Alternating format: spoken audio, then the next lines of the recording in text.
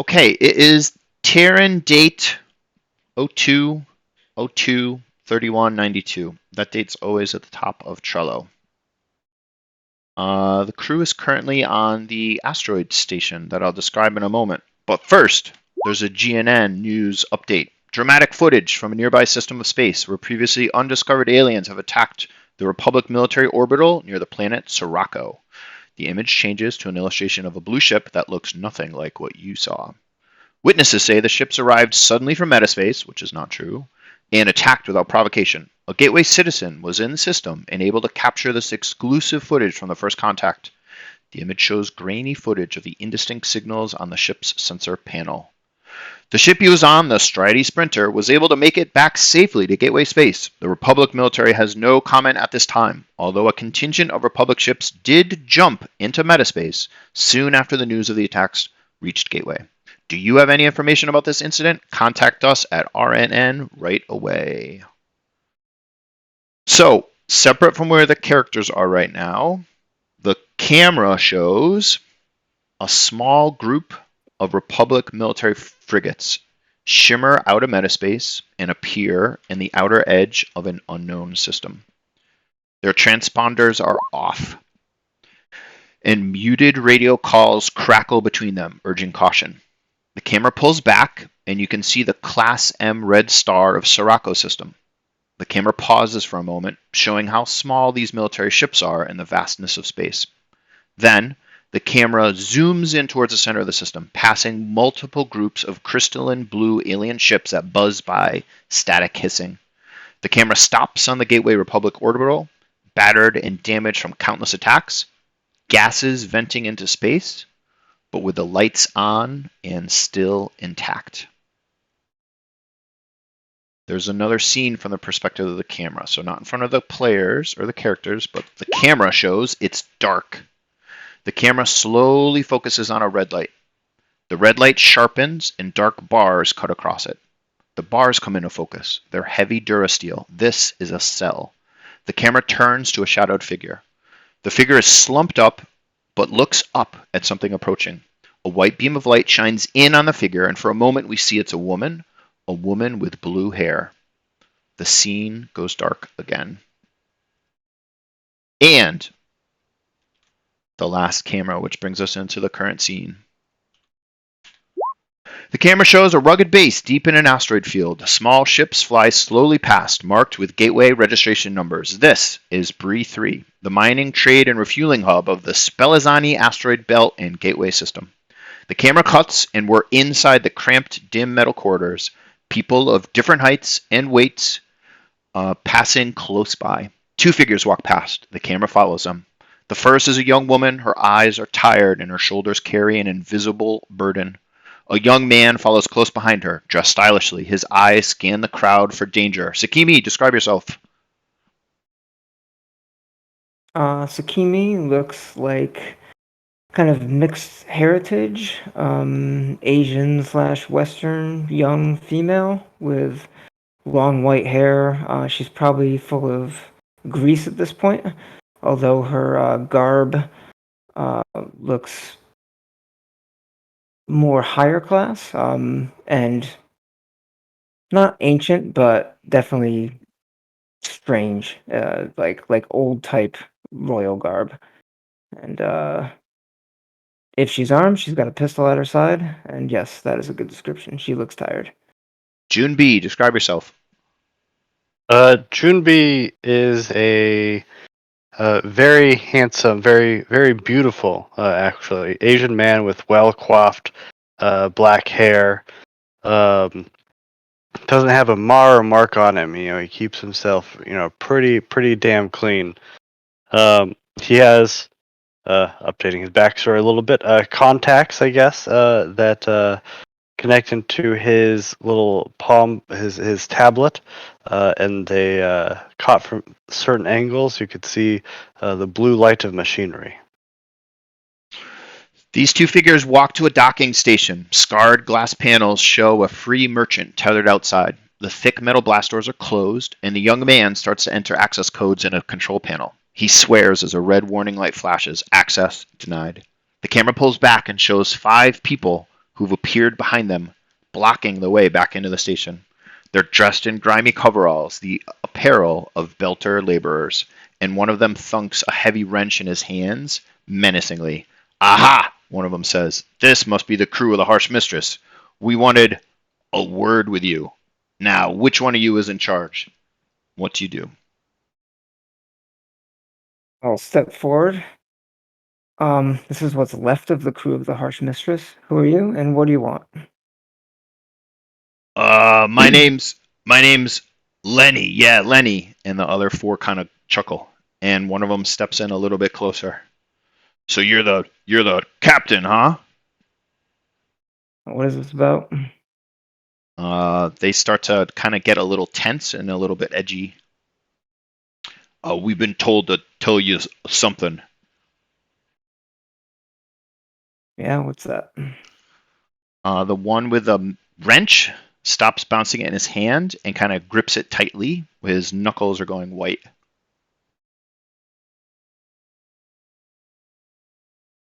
The big one in the middle leans really close.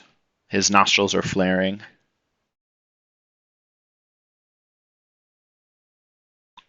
What do you do?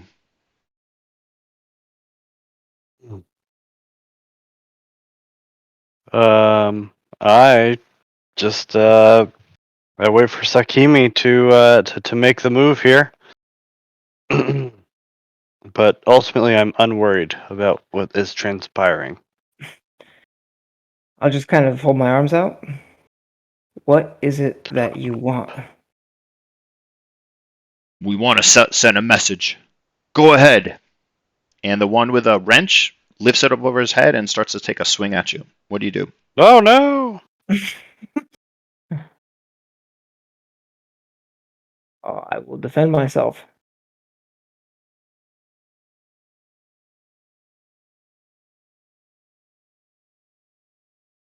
However that works.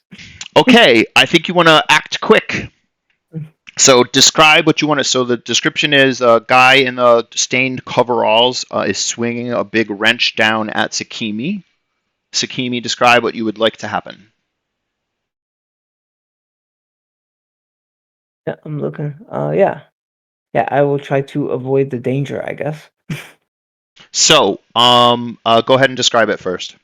Like, what's the intent?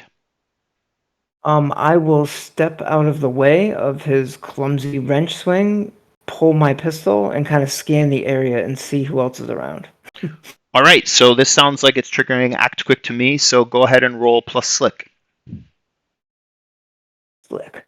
Oh, I did have a question on the character sheets. How would you add advantage into Yeah, the new you system? you can't. I have to You modify it can't. in the back end, so don't do it. We'll do it manually. Oh, I don't have it, but I was just curious. Okay. Slick. Normal. Boom. Okay, so I'm looking at the basic moves Perception. handout, and at a 7 to 9, you pick one of these. Remember, something else may Yep. be implied. That's quick. All right.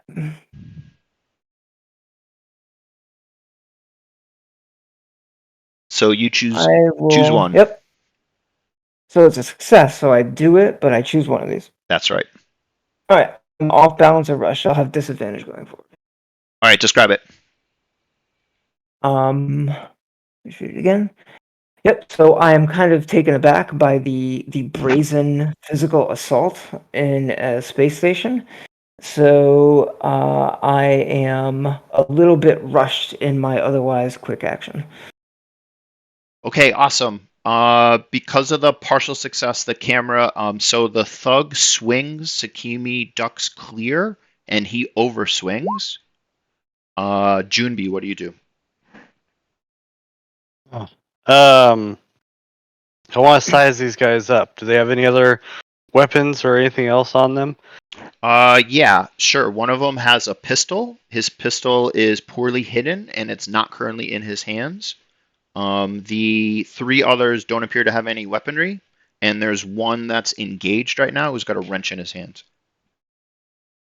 Okay.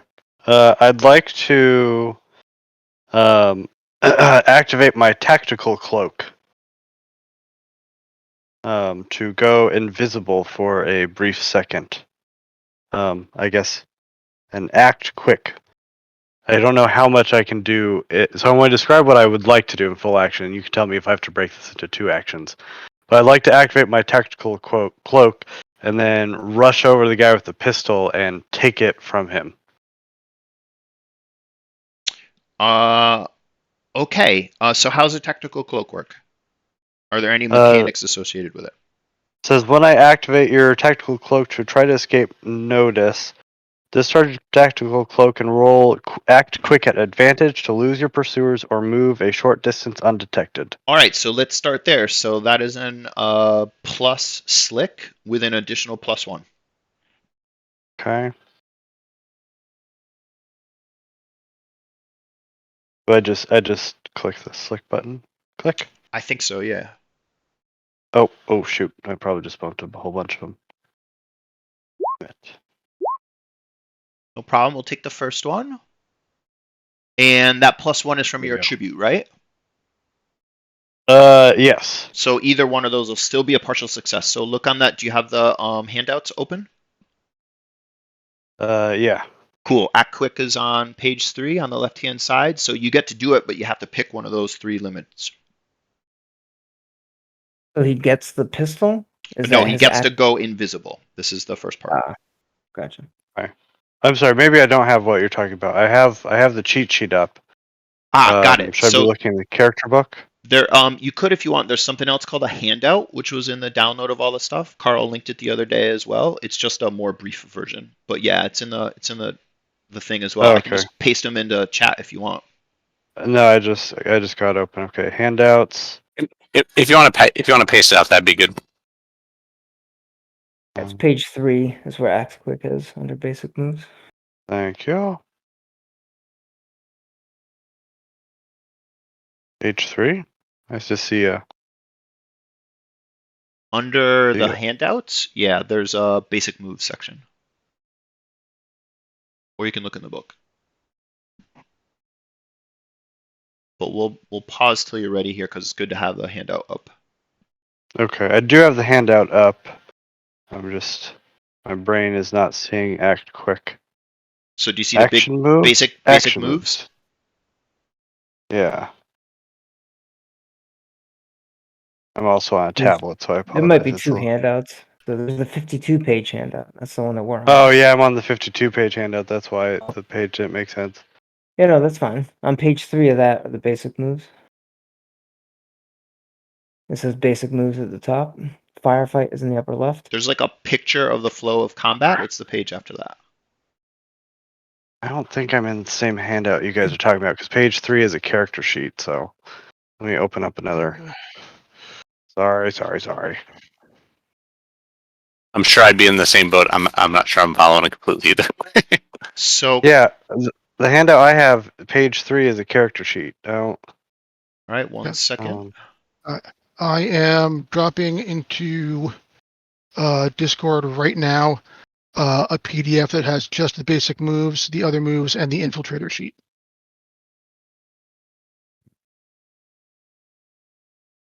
And make one for expert too, Carl. I'm Okay, about so to do I'm that. left off balance or rushed. I left something behind or I'm pushed the limits. Okay, so I take one of those. Yes, sir. So you get to do it, Okay. but and the but is pick one of those.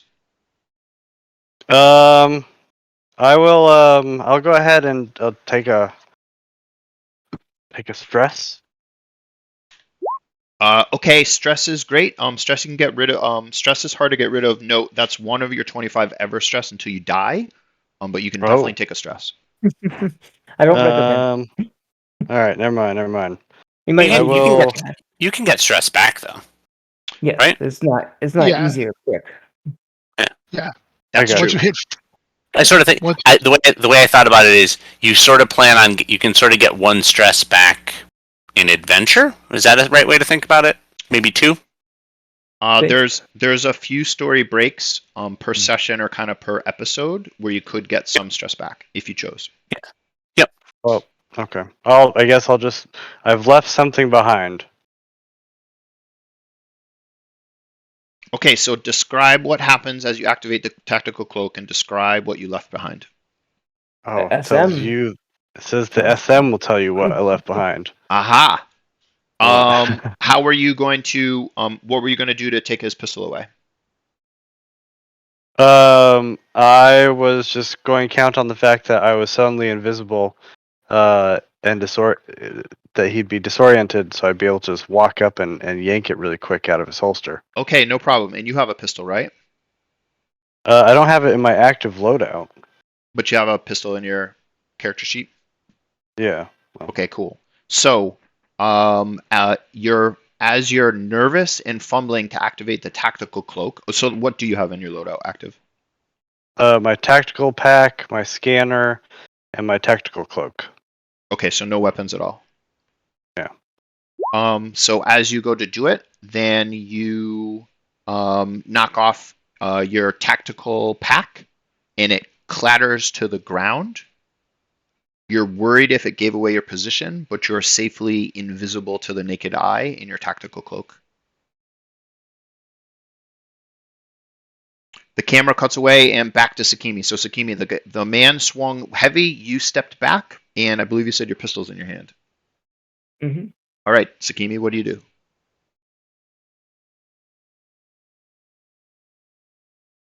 And Junbi obviously disappeared.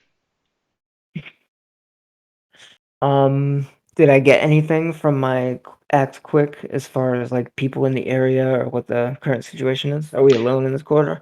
Definitely. So let me describe it. So the asteroid belt station is always pretty dense. It's also pretty grimy, and the impression you've gotten so far is it seems to be some underworld folks here. You are in an area that's slightly recessed, which is the start of the entryway towards the ship would be. But you're on the wrong side of the ship's on the other side of a door that was locked and should be opening but wasn't. And these thugs have gathered behind you. There are some people that are watching this and nervously hustling away. Remember, these are low metal corridors, so people can't see in further than 10 meters away. So at the moment, it's you and these five.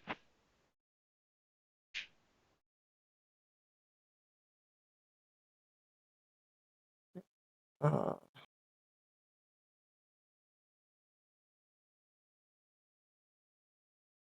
there a way for me to put range between us, or is it too cramped? Your back is up against the blast door that's closed, which would get you to the ship, but the electronic code was failing for some strange reason. And they're essentially clustered around you, so it'd be hard to get range. You'd have to punch through their lines in order to get some range. Okay. Looking. All right. I will point my weapon at the wrench guy and say, "I don't know who sent you, but walk away now. I'll try to intimidate." Ooh, all right, great. It's not gonna go well. Better And than exchanging harm, though. so, what do you want them to do? Go away.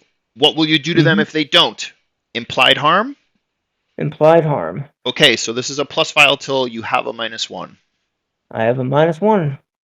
All right, here we go. Oh, it's a 6. Okay, 6 minus, so we don't look at that list. Nope. So, first of all, your threat has no teeth, Yep. and you have a I figured it would. disadvantage going forward against them. Great. Do me a favor, when you get a disadvantage, just drop it into roll 20. And the disadvantage going forward means a disadvantage on your next action, right? Yeah, that's correct. Okay. Let's roll. Yeah. Yep. And I marked off an XP. Okay.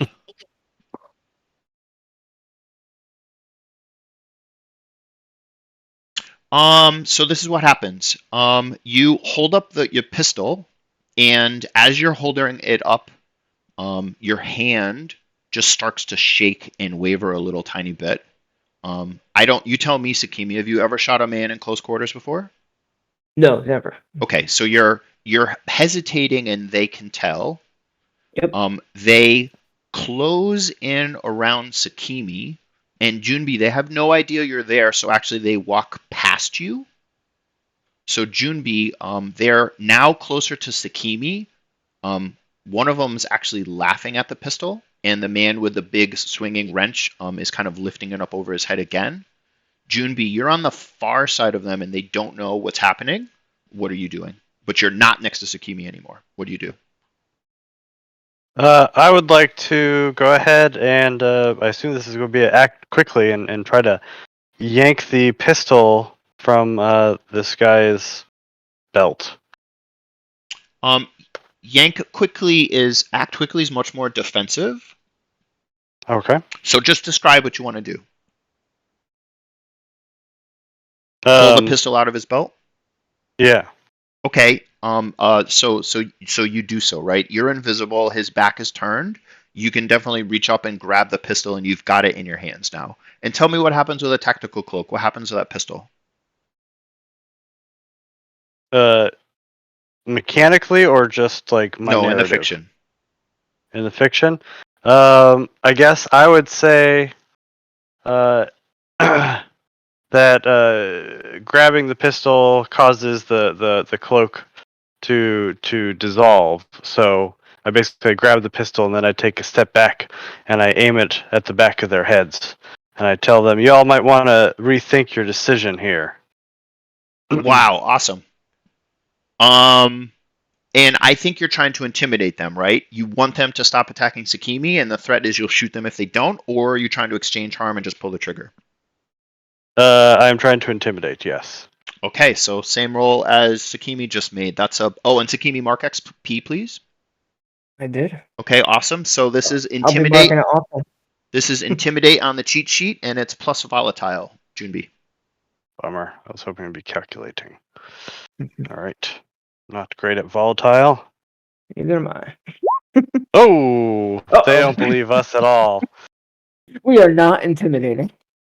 Junbi, same question. Have you ever shot off another human face to face with a pistol? No.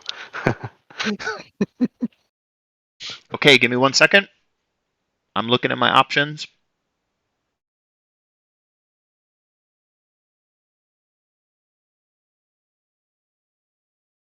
I shot You some do worms. You do get the mark in advance, Junbi. Yeah, you can On your take that mark, Junbi. Okay, this is what happens. The man whose pistol got removed, Junbi, turns around and faces you, and you're pointing the pistol at him, but your hand is shaking and your eye is twitching a little bit. He's used to violence, and you're not. He's starting to move in towards you. At the same time, Sakimi, the group around you is close, and the man drops the wrench again. And Sakimi, you take 1 harm. Oh. The wrench bashes into Sakimi across the shoulders, tunk, and thunks into her pretty solidly. Sakimi, camera's on you. What do you do? I'm I'm looking.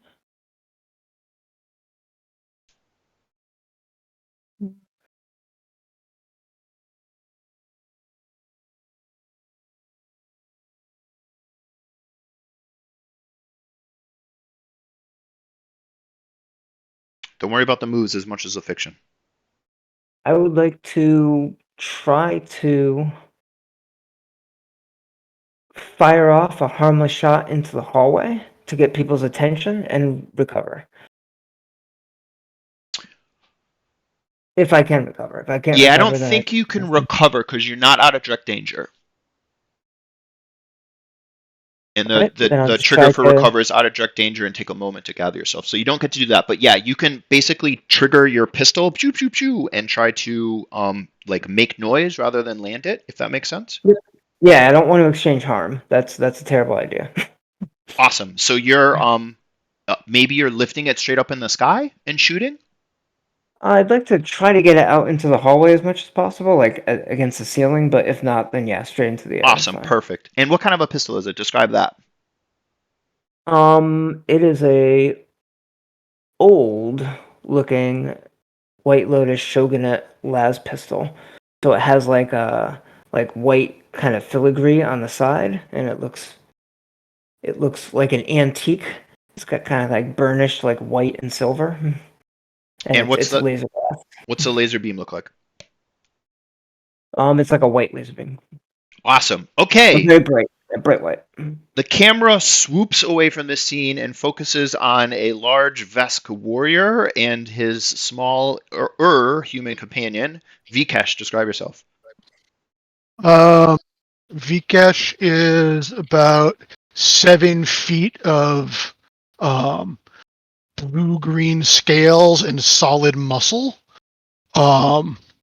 They have small reptilian eyes, small small spikes and horns on the top of their head and along their chin.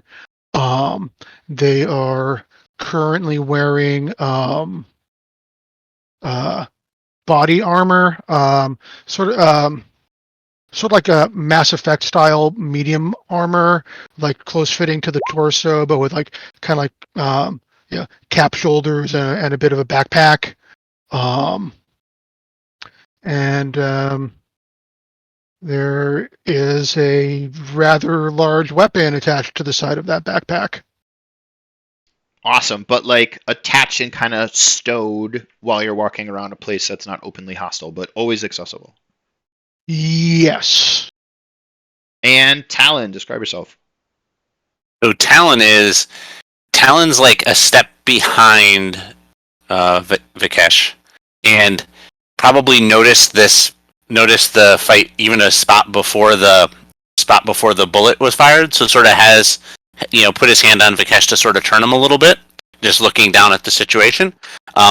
Young male, brown hair, dressed in black and yellow tactical suit. He has an auto shotgun strapped over his shoulder, kind of back, and a pistol at his side. So you are both also on the Bree 3 asteroid base. The reasons there are your own. It's in the gateway system, so any spacefaring ship could either take you as a passenger or you could get there yourselves in only 3 to 6 hours. So it's not too hard to get to. And it's a slightly unsavory spot. But there's tons of commerce and trade here. This is the mining backbone for all of the rare space metals for the entire system, and in many ways, all the rest of the Gateway Republic worlds. You Vikash, you're very tuned to the sense stuff, so you can just sense violence, and you clearly see what look like 5 local belter thugs accosting the young woman who's taken a direct blow over the shoulders with a heavy wrench. And Sorry to interrupt you, Space Master, but actually what happened with that was a little white flash blocked the wrench blow. awesome, that's super cool. So it connects with her shield, and you can hear and smell and sense the shield discharging and blocking it. And there's another man, human, well dressed, who's quite nervously holding a pistol, and the face of a goon who seems unimpressed. I'm going to start and swing for him. Talon, you said you were first. What do you do?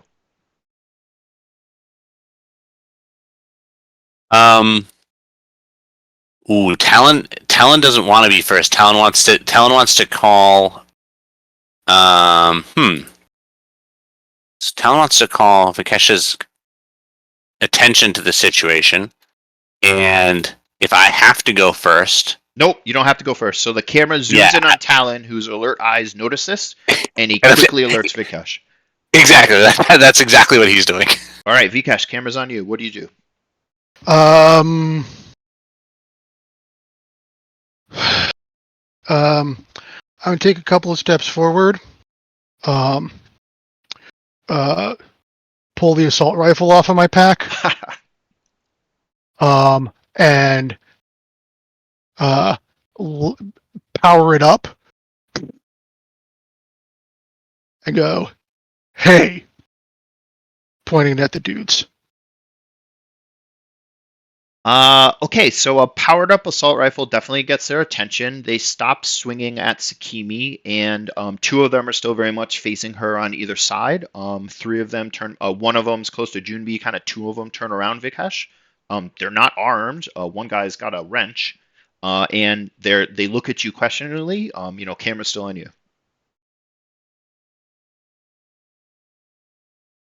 This is done. Get out of here. Okay, this sounds like intimidate to me. Sure.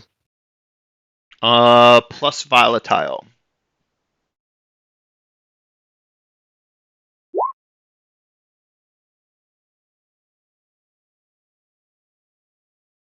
Better Successful than roll. What's that? yeah. So, Out of 7 through 9, they choose one. Yeah, yep. So I Okay, think above I, or I on get to top. pick one of those. So it in general it works, and I will modify it by picking one of these things. yep.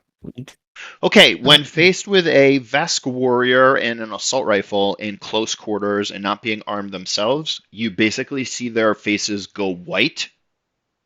One of them leans over to you, Sakimi, and says, "Message delivered." And all of them put their hands up and just start to fade away, Vikesh, if you'll let them. Yep. Okay. Yep. The As thugs they're are walking away, I'll say, "From who?"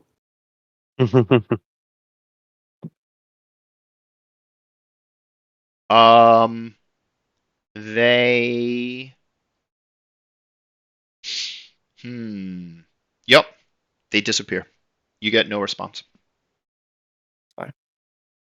Okay, and the camera's on the four of you. You're in a metallic, dark, dim hallway in the cramped Bree asteroid belt station, and there's a big access door leading towards the Harsh Mistress that's closed. What do you do? Amy will Uh, holster her pistol. yep. Powering down the assault rifle, putting it back where it goes. Thank Just sort you. of walk, Accept just sort of order. walk over. Thank you, traveler. I What'd you don't do to even them? know. I don't even know who they were or what they wanted. Hmm. They never told me. Yeah. I am Captain Sakimi Taylor of the Harsh Mistress. She kind of nods her head backwards. Who can I thank for this? She's looking at the tall lizard. Um. Uh, I'm Vikesh, Captain Taylor. This is my friend Talon Barris. Nice to meet you. I This is Jim B, my associate. I nod my head to say thank you very much for the assist. I don't think that was going to go quite our way. yeah. I'm tired of the people on this station. They bother me.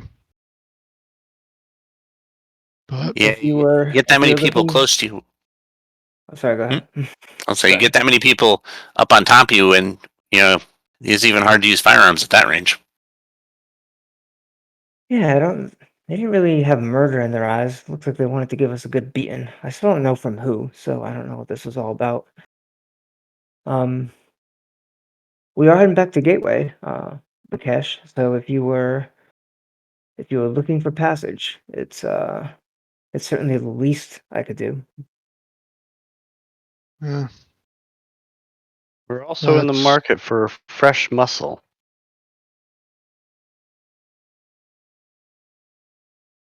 fair enough. Certainly, well, Kid We and I were are looking for package deal for now. yeah, we were looking for something to do. Uh, Nothing quite like being stuck on a place like this with no job, right? Yeah, well, we do have a job to head out to Tide. That may or may not be our destination. I have a few calls to make first, but you're more than welcome to join us on our way back to Gateway.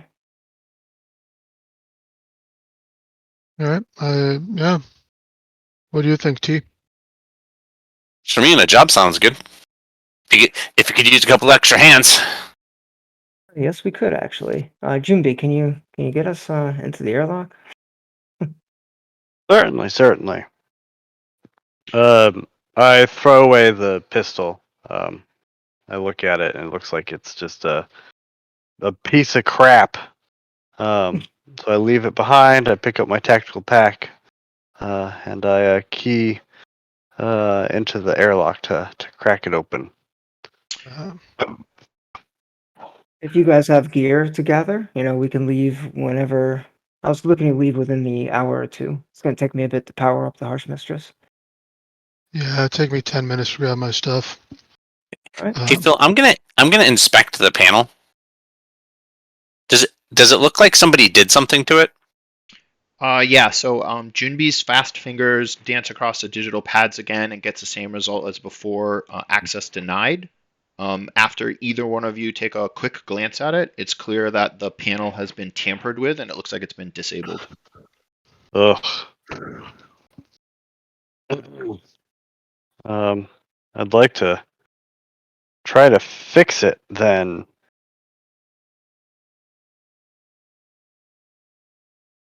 Let's see. Do you have any mechanical skills that trigger in a situation like this? It doesn't matter. So after a moment, so with no threat of violence around you and time to complete it, you can see exactly. So Junbi, so Talon, you were looking first. Describe what you saw. What's the issue? Oh yeah, so basically they just popped open the bottom of the panel and just sort of haphazardly pulled at some of the things to make it so they could delay them. They didn't really put a whole lot of thought into it. They just did damage to and disconnected stuff. And Junbi, how will you fix that? Let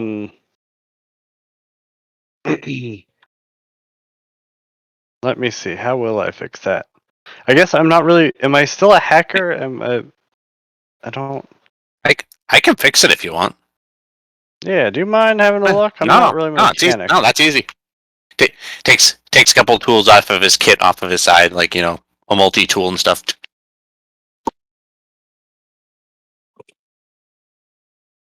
I am a technology. I'm a tech engineer, so. While that's going on, I'm going to pick up the pistol that Junbi just threw around. Yeah. Don't just leave firearms lying around. Citizens get these, and shit happens. Keep it on the ship or dispose of it properly. Like those numbskulls. Well, think of it as a gift to you for joining our crew, then.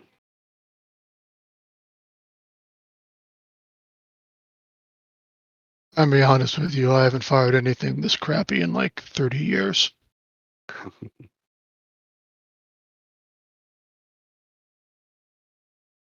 Well, it's the principle. Talon's quick work with the tools quickly restores the wires, and Junbi is able to enter the access code, and the door satisfyingly whooshs open. It's not clear to you if anybody has been down this hallway or not, but you've got the open access shaft leading out to the strange, flexible umbilical tube, which is connected to the outer airlock of the Harsh Mistress.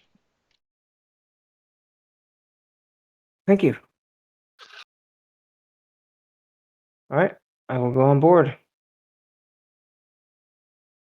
Okay. Assuming they didn't get past our security.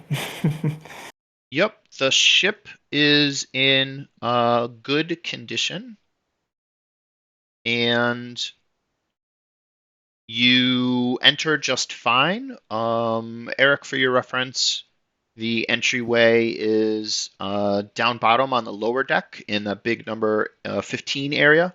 There's two airlocks. One, for example, is at 14. So 14 is where the umbilical cord was attached, and that proceeds into the inner chambers, the huge cargo area for the cargo hold. Walking in, it's clear that this is a converted frigate turned into a free merchant, which is a pretty common ship hull type. Mostly open on the inside for storing tons of cargo. This one's very empty at the moment. And then you'll know there's plenty of space up top as well for sleeping, engineering, bridge, etc., etc. Talon, how many spaceships have you been on? I've been on a handful of spaceships before. So kind of cruising in and around Gateway. Yeah, cruising in and around Gateway. As part of my degree and everything, I definitely spent some time on ships. But none. Honestly, mostly nicer ships. And would you meta space is hard and expensive to get to. The pilots that can negotiate it are rare. And that's one of the reasons that worlds are so disconnected. Have you actually jumped through meta space and landed in a very distant sector before? No, probably not. Especially if this isn't that. Right? If it didn't require that to get out to here now, probably not. It would just be little jumps. And Vikesh, what's your history with spaceships and metaspace? Yeah, join the army, go to interesting and different places, and kill people. I've been on a lot of ships and flown all over the galaxy or all over the sector, not knowing a damn bit about where I'm going or where I'm landing or how to fly anything. Basically, taking a bus through metaspace. Sakimi and Junbi, just to summarize, you're also both relatively new to space, and you've taken 2 jumps so far to Sirocco and back, if that's right. Mm-hmm. Okay, so you're in the Harsh Mistress. The only thing that's different about the Harsh Mistress is the generic pilot that you hired. He's gone. Nowhere to be seen. And we would need someone to navigate metaspace if we were to go to Tide, correct? Like none of us have that skill. There's no skill, so it's a test against plus alien. Alien. Oh yeah. That's gonna be terrible. Okay, I have some tasks. Yeah, as Talon comes on board, I'll say, all right, so I'm just gonna register you as a passenger for now, unless you really want to take a look at engineering and you have a knack for it. I'll leave that up to you though. If that's something you're interested in. If I'm going to be here, I don't mind taking a look through engineering. All right, then let me I register mean, you can register me as a passenger. I don't mind I'll taking a get look you around though. get you with the proper access. Our previous engineer was a Sheeran. That's the bug race, just so you know. And the state of engineering is rough, I would say. Oh, okay. And she kind of punches your name into the keypad, and she's like, "All right, you Yeah. should be good to go. You should have access to where you need to." Okay. Yeah, I'd rather make sure we get there. So yeah, I don't mind taking a look around. All right. So Kimi will do the same with Vikesh once he gets on board. Show him where the turret is. Give him access if he's interested in that, or I could just register him as a passenger. Yeah, that's fine. You can register me as a passenger. You can register my mercenary license, whatever you want. All right. And I'll assign them to quarters. I haul on a giant pile of guns, for what it's worth. Yeah, we actually have way more. So then we have way more stuff than you'd expect to, because Talon actually has like a half pallet of stuff with him, Oh my god. but not guns, like a computer, like just some random crap. Yeah, I've got like shotguns and sniper rifles, a box of grenades, like crazy shit. Oh, I do have a sniper rifle too.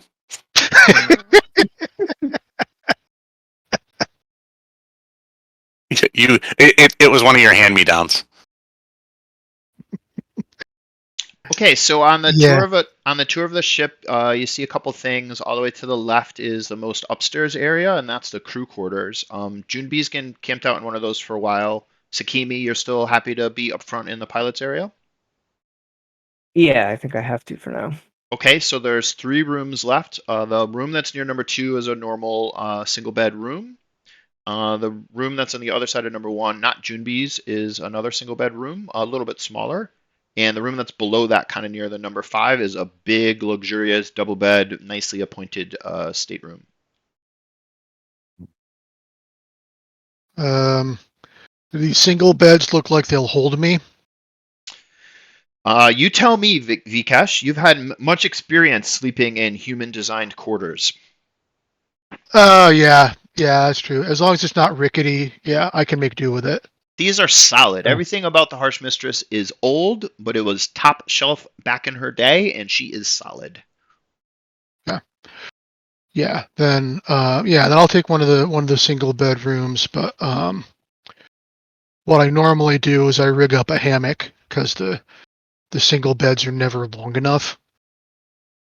So Vikesh, that top one, your number 2, is right next to the turret. Yeah, I'll take it. All right, and that leaves Talon with a big decision. Does he go for the giant stateroom with the fittings appointing your high class lifestyle, or do you slum it in the small cabin like everybody else? Oh, I mean, does it look like there's an open room? Because if there's an open big room, Talon definitely goes for it. Wait. There's an open big room? Yeah, Talon just went for it. Oh my god.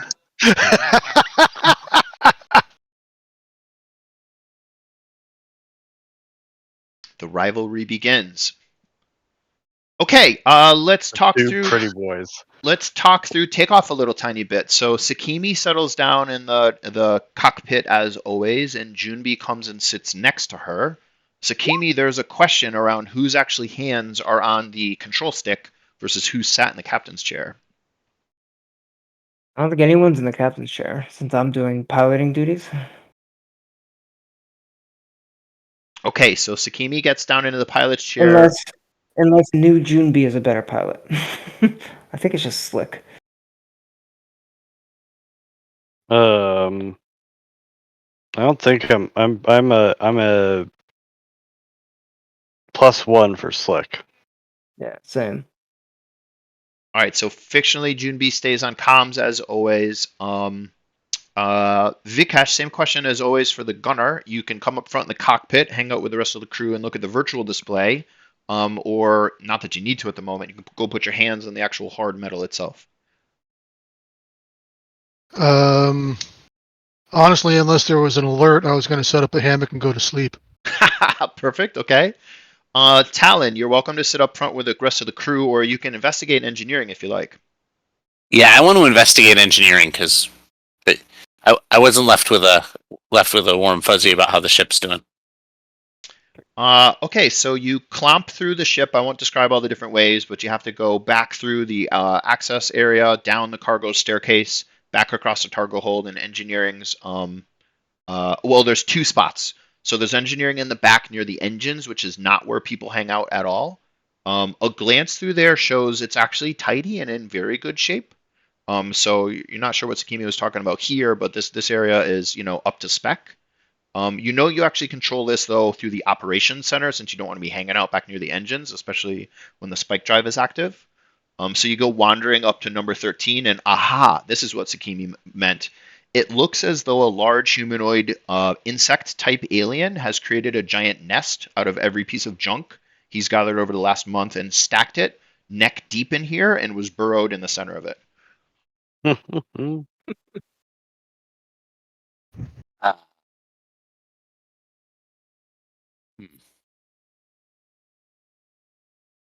It's all like big and heavy stuff too, I assume, or is it just crap? No, it's mostly small crap. Some of it's soft, some of it's hard, some of it's pointy, some of it's smooth. Most of it's high tech. There's a lot of discarded cans, and when you look at the label on them, they're pork brains.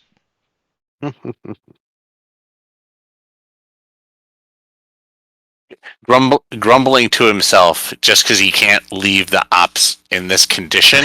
if he needs to use it, he completely doesn't want to, but starts sort of tidying up, like organizing, getting all the crap out, just so at least at a minimum, so now he can get to everything. But clearly unhappy with the situation.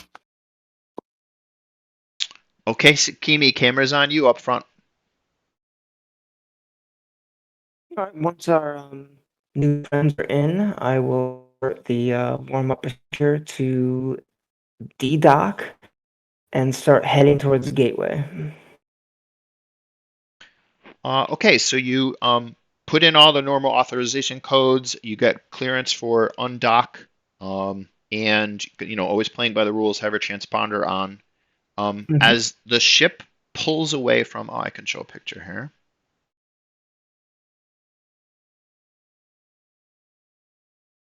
As the ship pulls away from the asteroid base, there is, as always, a number of other ships, always pretty small. A handful of fighters, mostly other frigate hulls, a bunch of free merchants, a bunch of traders. There's larger industrial chassis that come rumbling through from time to time, filled to the brim with different kinds of ores and other sorts of trade goods. But those are relatively rare. It's mostly the frigate-sized ships, the same as your own. That's the more common traffic.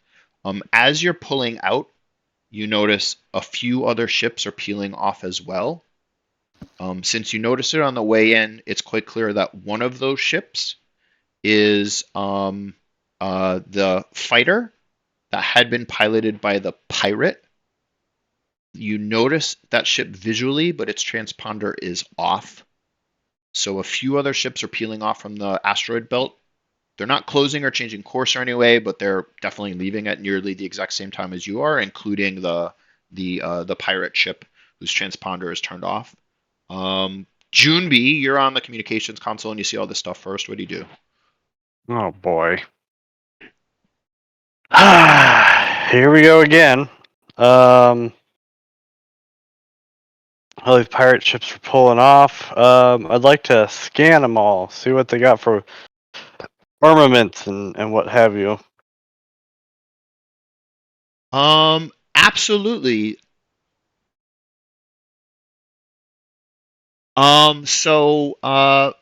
Easy to do. Like, I'm not going to make you use a scan or anything. That doesn't make any sense to me mechanically, unless anybody thinks this triggers a move. Scope it out potentially. Oh, thank you Yeah. very much. That's why we are looking at them. Okay, so scope it out. Let's see what the trigger for that is. Oh, of You course, take it's the time to use sensitive equipment to closely study an object, situation, or person. awesome. So roll Perfect. plus calculating.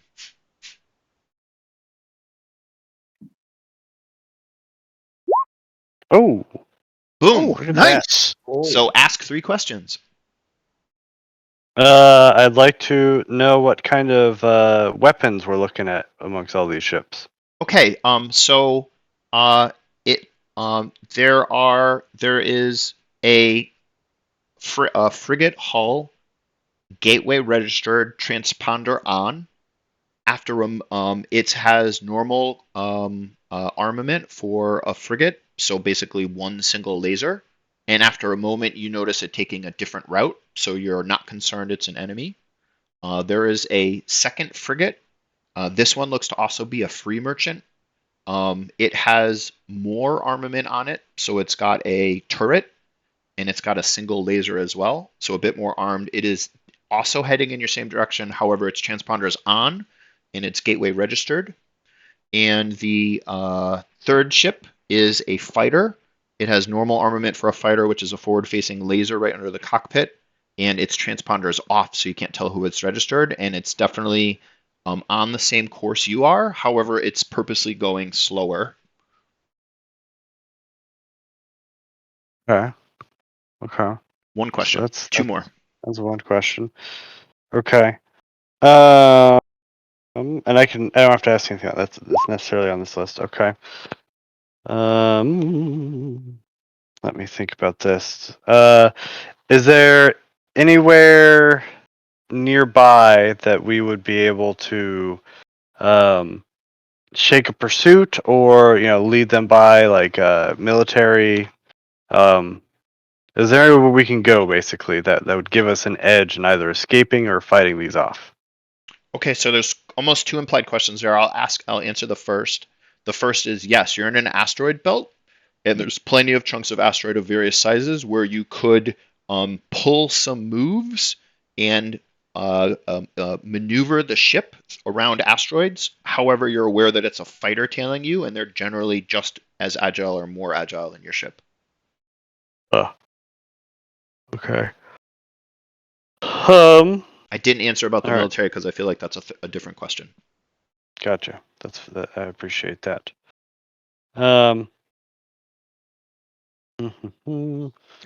Is there a route to get us where we need to be that would keep us close to potential reinforcements?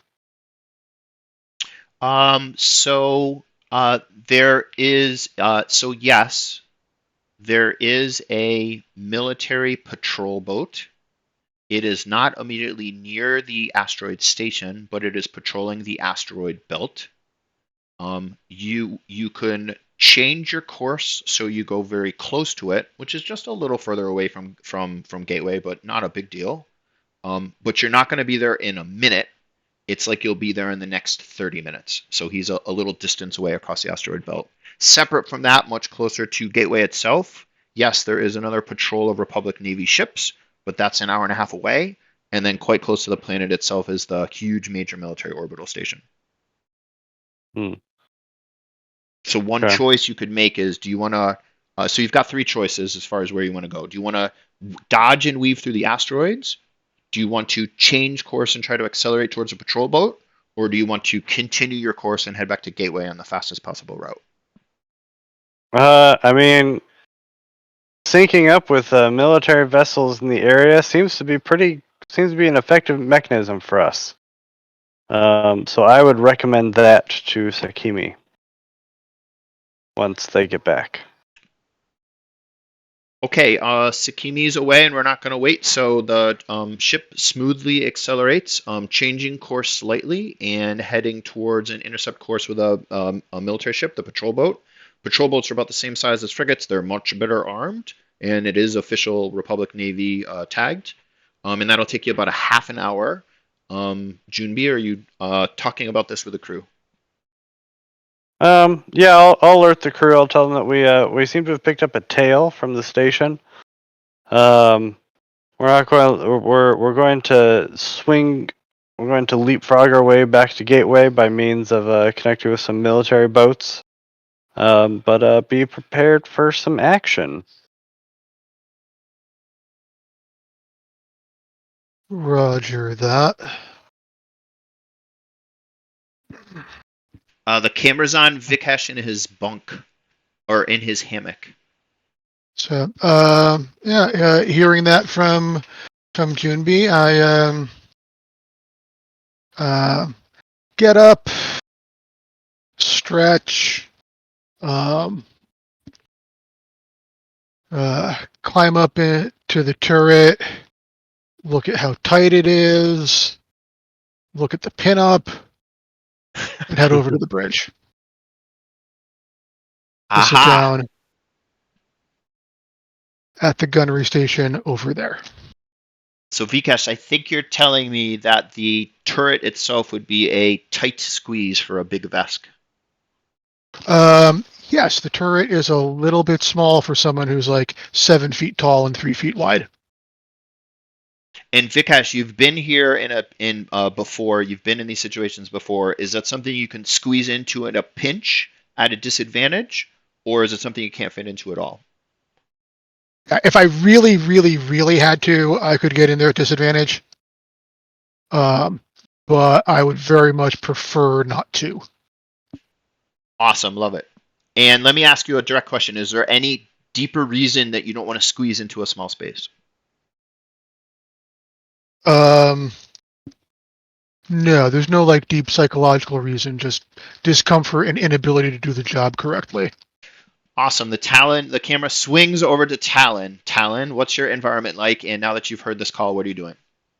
Oh, Talon's barely cleared off, like, because he's doing it really slow too, because it's kind of gross.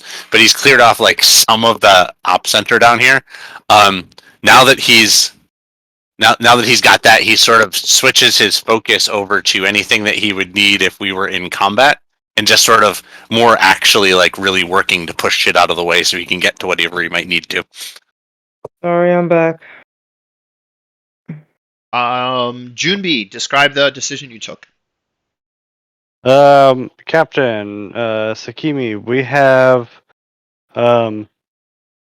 picked up a tail on the way out of the station, and we're going with our standard approach of leapfrogging through military ships to get back to Gateway. Might be nothing. Might be some action. I've alerted the crew.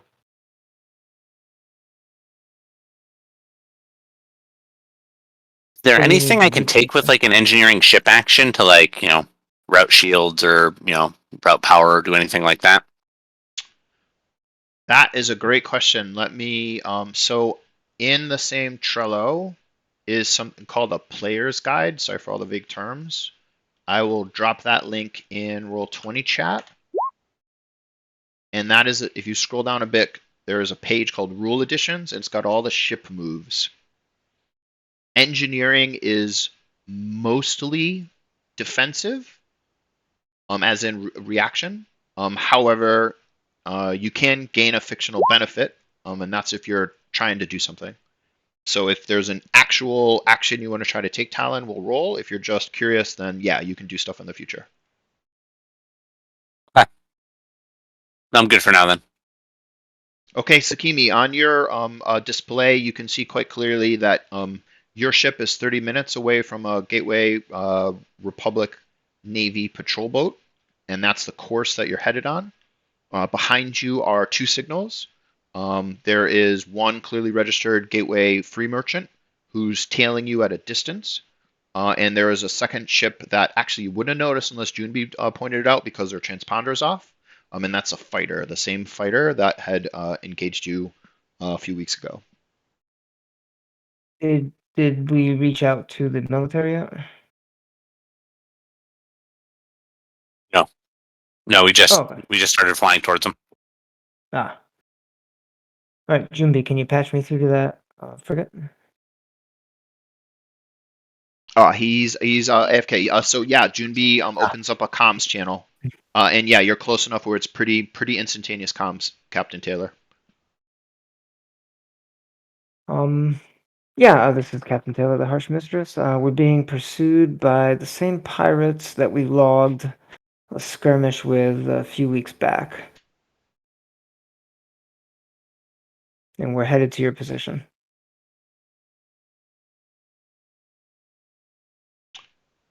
GTW 3492. This is REP 2195. We confirm your contact. Are you requesting assistance this time, or is this just an informational bulletin? Oh, yes, we'd be requesting assistance. Okay. Changing course now, Captain, to intercept. We'll be at your location in 20 minutes. Thank you. After a moment, when it's quite clear that the clearly broadcasting transponder on military ship has changed its course to an intercept course with your ship, the two things happen. One is the gateway registered frigate with a transponder on fades back a little. The second is you've lost contact with the fighter, and you will need to try to establish contact again if you want to know where it is. All right, I'll ask Junbi to patch me through to the freighter. It does not return your hail.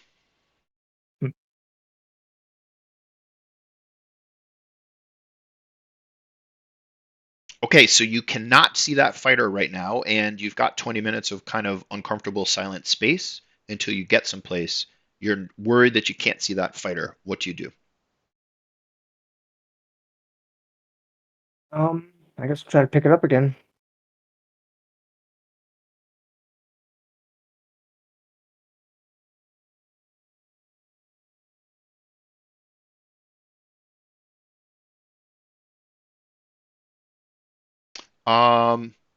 Yeah. So after a moment of fiddling at the controls, you are able to establish that the fighter is actually closing and engaging and will be at your location in 5 minutes. That's 10 minutes sooner than you'll get to the patrol boat.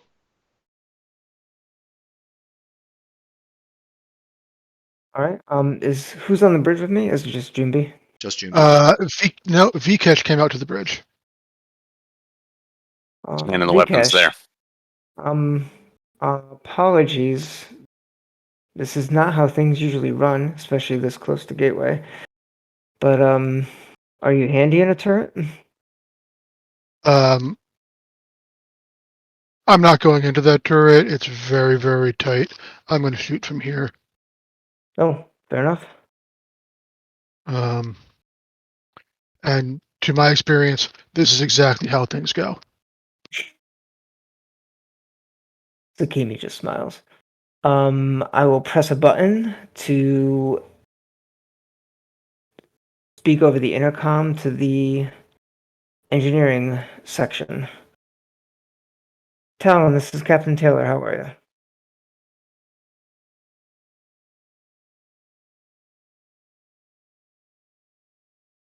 Did he step away too? Sorry, to who? Was it to me? Oh, sorry, to me. Talon. Oh yeah. Yes. Looks like we're gonna have some unexpected company. We dusted them before, and they retreated, so just expect the worst. No problem. I'm down here. I got the. Do we have shields? Yes. Yep. I'll keep round power to the shields as needed. Should be able to keep the. It's not as bad down here as I thought. Just gross. Exactly. On the character tab is the Harsh Mistress character. Every one of you, and tell me if you can't, should be able to click it, and you should be able to see all of the equipment and everything on it. The maintenance looks a little wonky, but it's okay. Yeah, and it's a little off, but it's accurate. Okay, so what happens is this. You're scanning the ship's console, looking for signs of the fighter. The fighter is obviously trying to avoid notice. The last contact you had with the fighter was a few minutes ago, and you lose it again.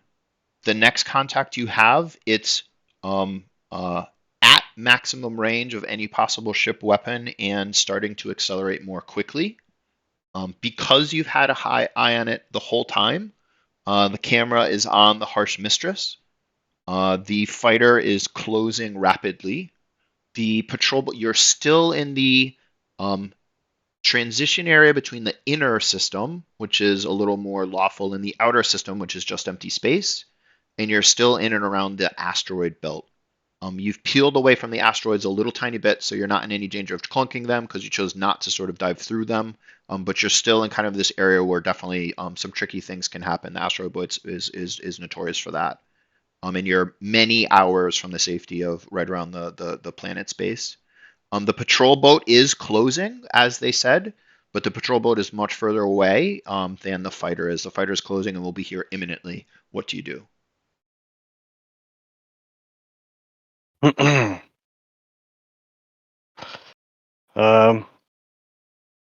for battle. I guess. I mean, should we try to communicate them? I tried. Okay. No, you sent a communication to the frigate, not the fighter. Well, we didn't know where it was. Now we do. Yeah, patch me into the fighter. And we do have on the Harsh Mistress, we have that sensor suite, so we do get advantage on scope it out for a ship Awesome. scanner station. We should just take this guy out if he keeps riding up on you. Oh yeah. So Okay. the ship has a decision to make. Do you want to pause and open communication, or do you want to swiftly take aggressive action? It's up to you. No, Yeah, right. You open sort of have communication. you have that chance to open fire first, basically, right? The decision lies with Sakimi and with Vikesh both. Either one of them can act on this.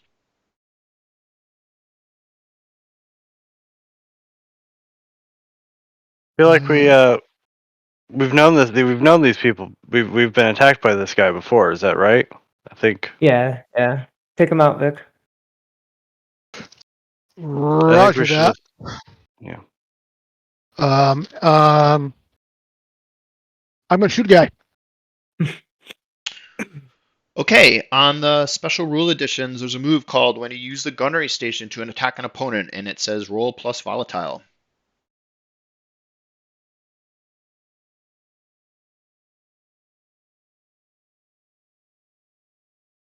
All right. Oh, right. Hey. Success. So I will pick one, and that will be to do damage with my weapon, I'll take the disadvantage forward. Okay. So you have him in your sights, and as always, I'm going to look at the token, Harsh Mistress weapon, just making sure it's all on here for the future. Yeah, there is a mounted turret, and it does 1 damage. It also has a discharge tag, so if you want to discharge it, you'll do 3 damage, but it will be discharged. Charge means you just can't use that 3 damage again, or you can't use the turret again. You can't use the weapon until it is recharged, Gotcha. which is a move. Yep, and that's something I can do. Yes. Yep. You had a good opening. You took the shot full burn on it as you lost position on him. So you are discharging. That's what I will do? No, I am not discharging. Okay, cool. Okay. Okay, Vikesh, describe what happens as the mounted turret opens up. Before we've established it's a flak cannon and it's great against fighters. So go ahead, describe it. I've got a little screen in front of me and a little joystick like Chekhov uses for the torpedoes in Wrath of Khan. And yeah, I'm just calmly looking at it. Thumb the switch. The turret spins, and there's a great spout of reddish purple flak fire, and it sweeps across the bow of the fighter, and a couple of them impact. Not a tremendous hit, but a clear and palpable one. Okay, a white flash of light discharges from the outside of the fighter. Very obviously, you've hit its shields, and now its shields are gone. The camera is still on the Harsh Mistress. Sakimi, what are you doing, or where do you want to direct the camera? No, Sakimi, I'm sorry. You're down in the pilot seat, huh? So the camera's on the Harsh Mistress. What do you want to do? Anybody? I'd like to use the ECM if that's a thing, and to move here. Do we have that on our ship? Is that something that we need special equipment for? Great. Nope. I'd like to use the ECM to disable their engines. Okay, awesome. So go ahead and roll plus calculating.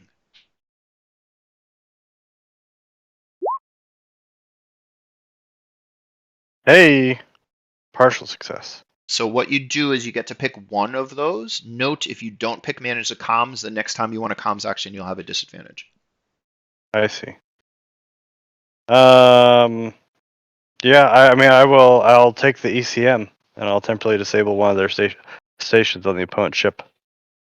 Okay, describe what happens.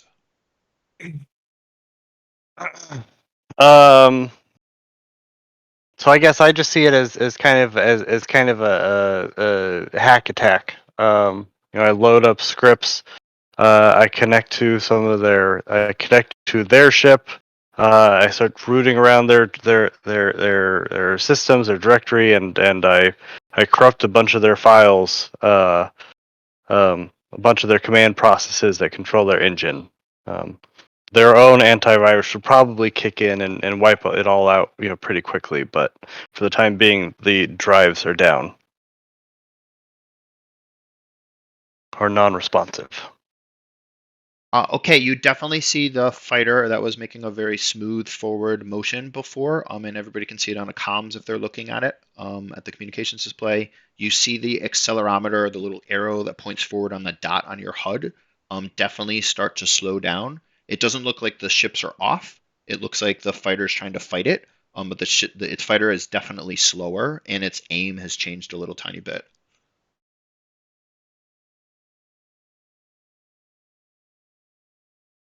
The camera is still on the Harsh Mistress, and you have a decision to make. While the fighter is temporarily slowed, do you want to change course and re-engage and try to continue to be aggressive, or do you want to continue away and break contact?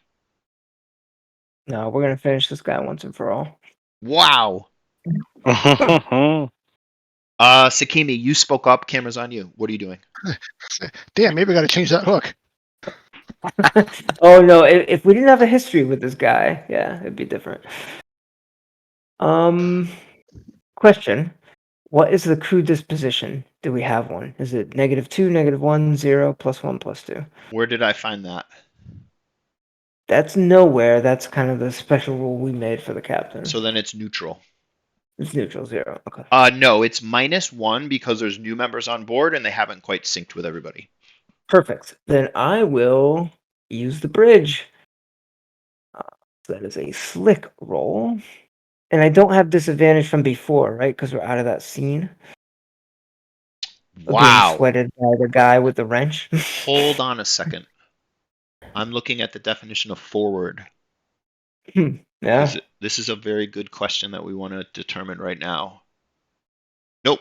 Next roll. So yes, you still have disadvantage. I'm just looking to see if I made any other rolls. Nope. I couldn't make a cooking roll in between. 6 minus my turn, so you can cook all you want. Maybe the pot explodes. All right, I will try to maneuver the ship like I saw Akira do in the past. So this is bridge. Yes. Oh God. Hey, it's an 8. 8's not bad. That's not bad at all. I'll take 8. Is indeed enough. All right, I will absolutely carry disadvantage forward. Let me make that. And I will choose a hard roll. So basically what I'm going to do is I see the engine sputter, and Sakimi gets, for what Junbi sees for the first time in a long time, kind of a hard look in her eyes, because we're kind of sitting next to each other, and she yanks on the yoke and brings us like in a tight spiral roll right towards the stupid little fighter. And I do a hard roll. So this, I do that. Aha, got it. Hold on a second. Let me check the distance, the range on the ship, right? Let's try to determine this now. So he would Oh, yeah, have we should probably been. figure that out. Yep, let's do that now because we've never had to do it before. So I've got this open. Oh, I had to change my. No, I got range here. I have my own cheat sheet with range on it. Hey. Okay, he was fine at any range. So he would have been at range 3. You guys were firing a. Does it say the range on the character sheet? Crash dogfighting broadside. So that's all What is 3. that? Okay, that's great. Oh. No, crash and dogfighting. Hold on a second. I got this someplace. I'm gonna update that to have the numbers. Okay, so you would have technically before he would have been slightly out of range. That's fine. So that's fine. So you're still in range. So yes, you could still engage. And yes, you're able to do that roll. So basically, Sakimi's making like a kind of crazy approach, right? And you're making sure that if he's going to take a shot on you or when he takes a shot on you, that shot's going to be harder. Is that a good summary? Yeah, it's an aggressive approach. I wouldn't say it's crazy. Okay, so Sakimi, thank you for implying that I should take an action because I definitely will. So the fighter, even though its ships are its engines are slower, its laser opens up and there's multiple shots across your ship. One of those was going to connect, but the tight spiral of the harsh mistress causes it to loop down. What happens next? Can I do captain stuff from where I'm at? Whomever would like to take fictional control may, if it makes sense, following your agenda and your principles and making sure everybody's feeling like they're a hero. It does. What I want to do is say I want to inspire Vic to take a good shot. So I want to take control of the situation after the crazy roll and open up an opening so his station does not get disadvantage. What do you think, table? Do we like that? Sure. Yeah, I think so. All right, go for it. So you're ordering the crew as the captain of the ship. I have -1 because that's the crew disposition. I don't have disadvantage because it's a different station. Agreed. Nice. Whoops. Thank you, Sakimi. So, Sakimi, what do you say? That's a verbal thing, so you still get to say it. What did you say? Like, all right, Vikesh, I opened up his belly for you. Take him out. Yeah, right. So, Sakimi, while you chose to pause the action and focus on the camera on the captain, while the captain was giving that order, the fighter continued to shoot, and the ship takes 1 damage, which I believe discharges its shield. Mm-hmm. So We definitely have shields at this point. the fighter is basically opening up continuously. The first one you spiraled around. The second one, while you're giving the little speech, which had no effect, it's continuing to shoot, and now the shields have flashed as well. Vikesh, the camera's on you. I discharged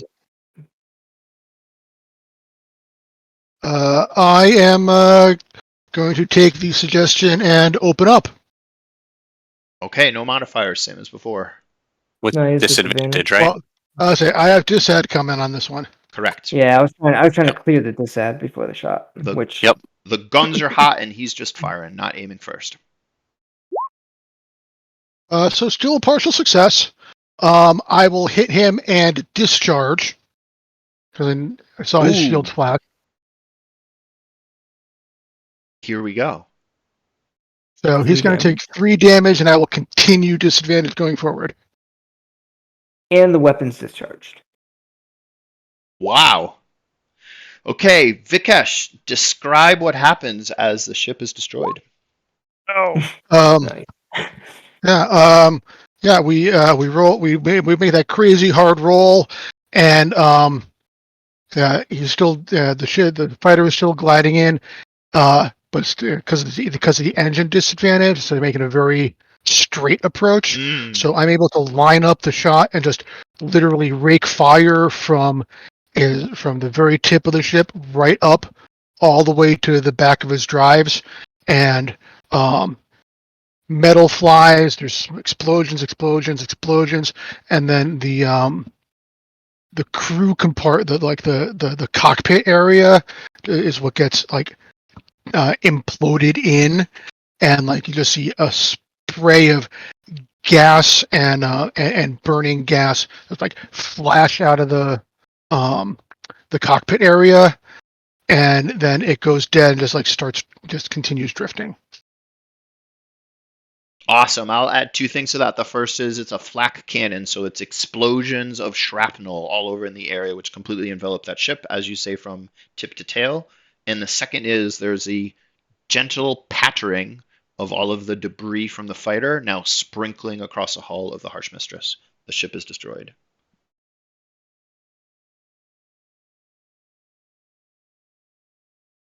I want to get the shields back up. Always the professional. You're out of combat, so you get them back up. I would like to try to reach out to that ship's systems, if any of them are still active, to try to get some idea of who they're allied with. So I want to try if any of the ship systems are still alive. If there's any comm logs I can get, any transponder. I guess the transponder's off, but like anything that I might be able to get that would indicate who sent this ship.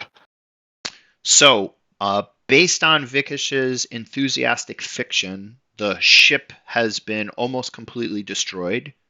Okay. However, the debris of the ship is heading in a constant and steady motion and will never stop unless something else does it.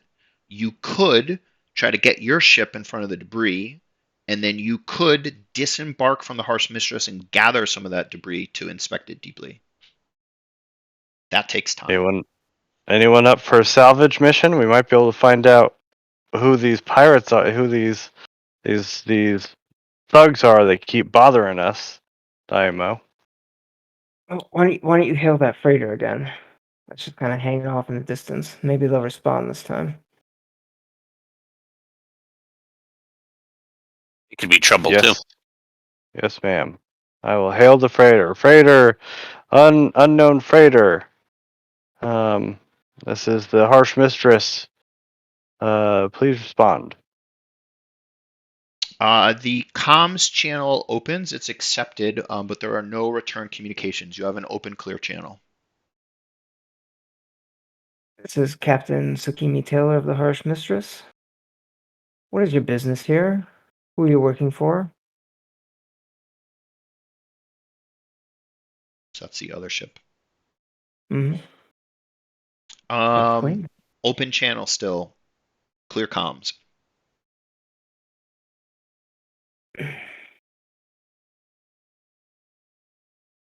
Can I engage a hook?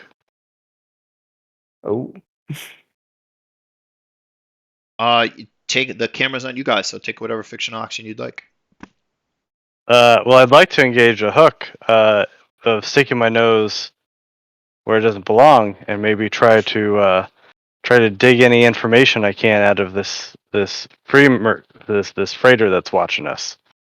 So a hack of some sort to get anything at all that I can. Any unprotected systems. So the so like a technology attack or a social attack? Are you trying to get access to the system or the ship, or are you trying to get access to the people? Trying to get access to the ship. Got it. Yeah, this comes up again, huh? Very interesting. Um,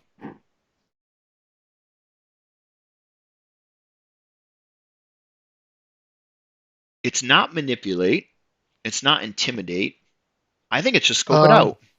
I was I going to mean, scope it out. A relevant question being, who's really in control here? Who or what here is not what they seem? Yeah. mm, mm. Probably with the advantage from the sensor array, but that's entirely up to you, Space Master.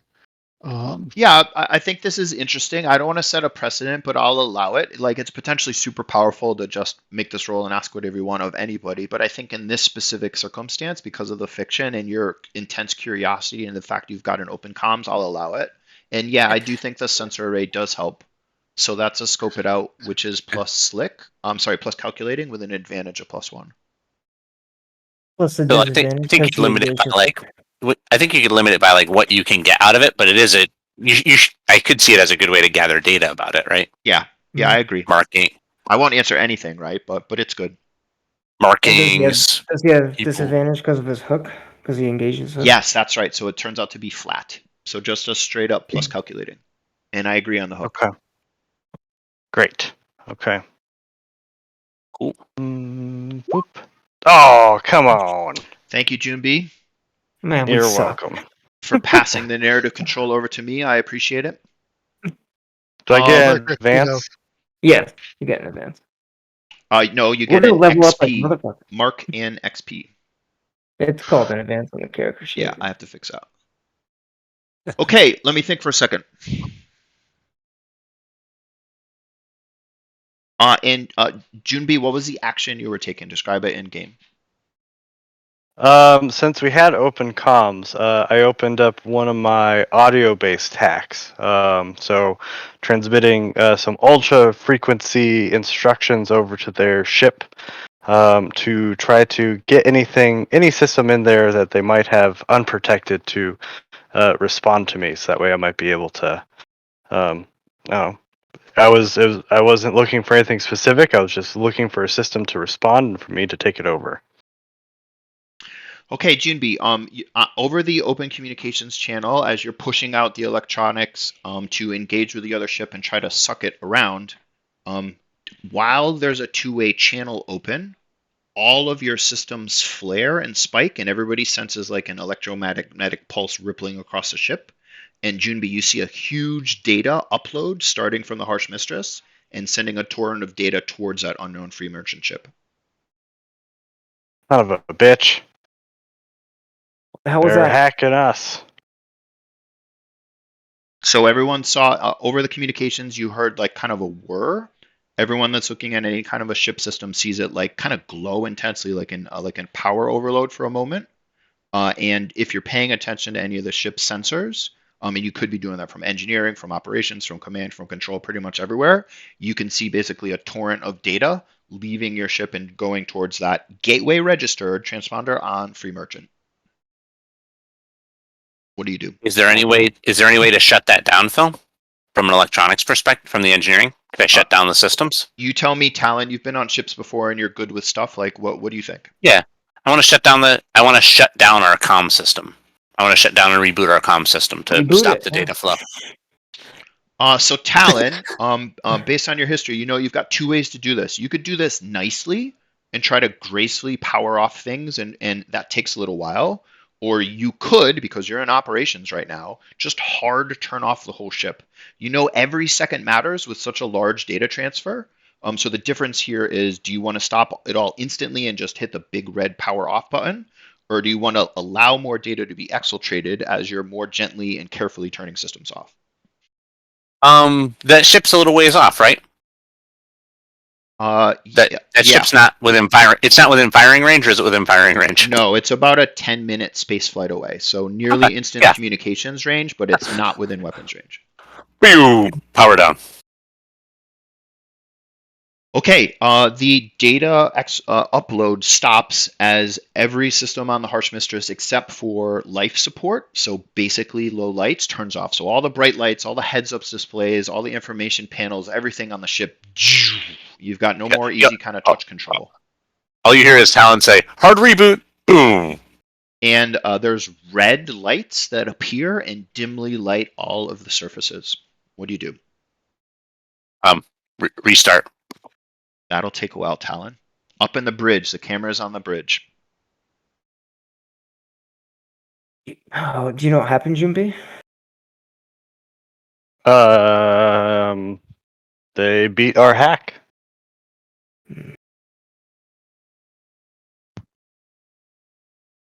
Stop the data flow. Can we? Do we still have comm between us? Communications. Oh. Yeah, I think we always Yes, have. you still definitely have personal communications. That would be on emergency systems. I agree. Yeah. Quickest way to stop the data flow. Should have it back up in a minute. All right. Thank you, Talon. Yeah, good work, kid. You Let's get us online. Oh, yep. You peer intently out the few windows that are available, looking into deep, dark space. So accustomed to having your ship's sensor array showing you nearly every detail of every external object, now you're limited to the sight of your own physical eyes.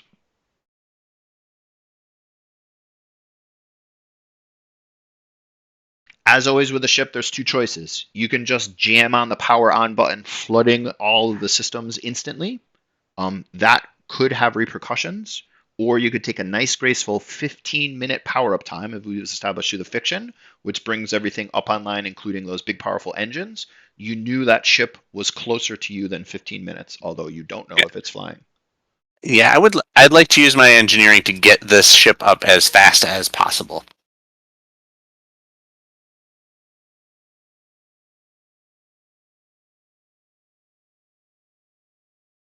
So I'm looking for any move that's triggered. Oh, did I just close Chrome? Son of a bitch.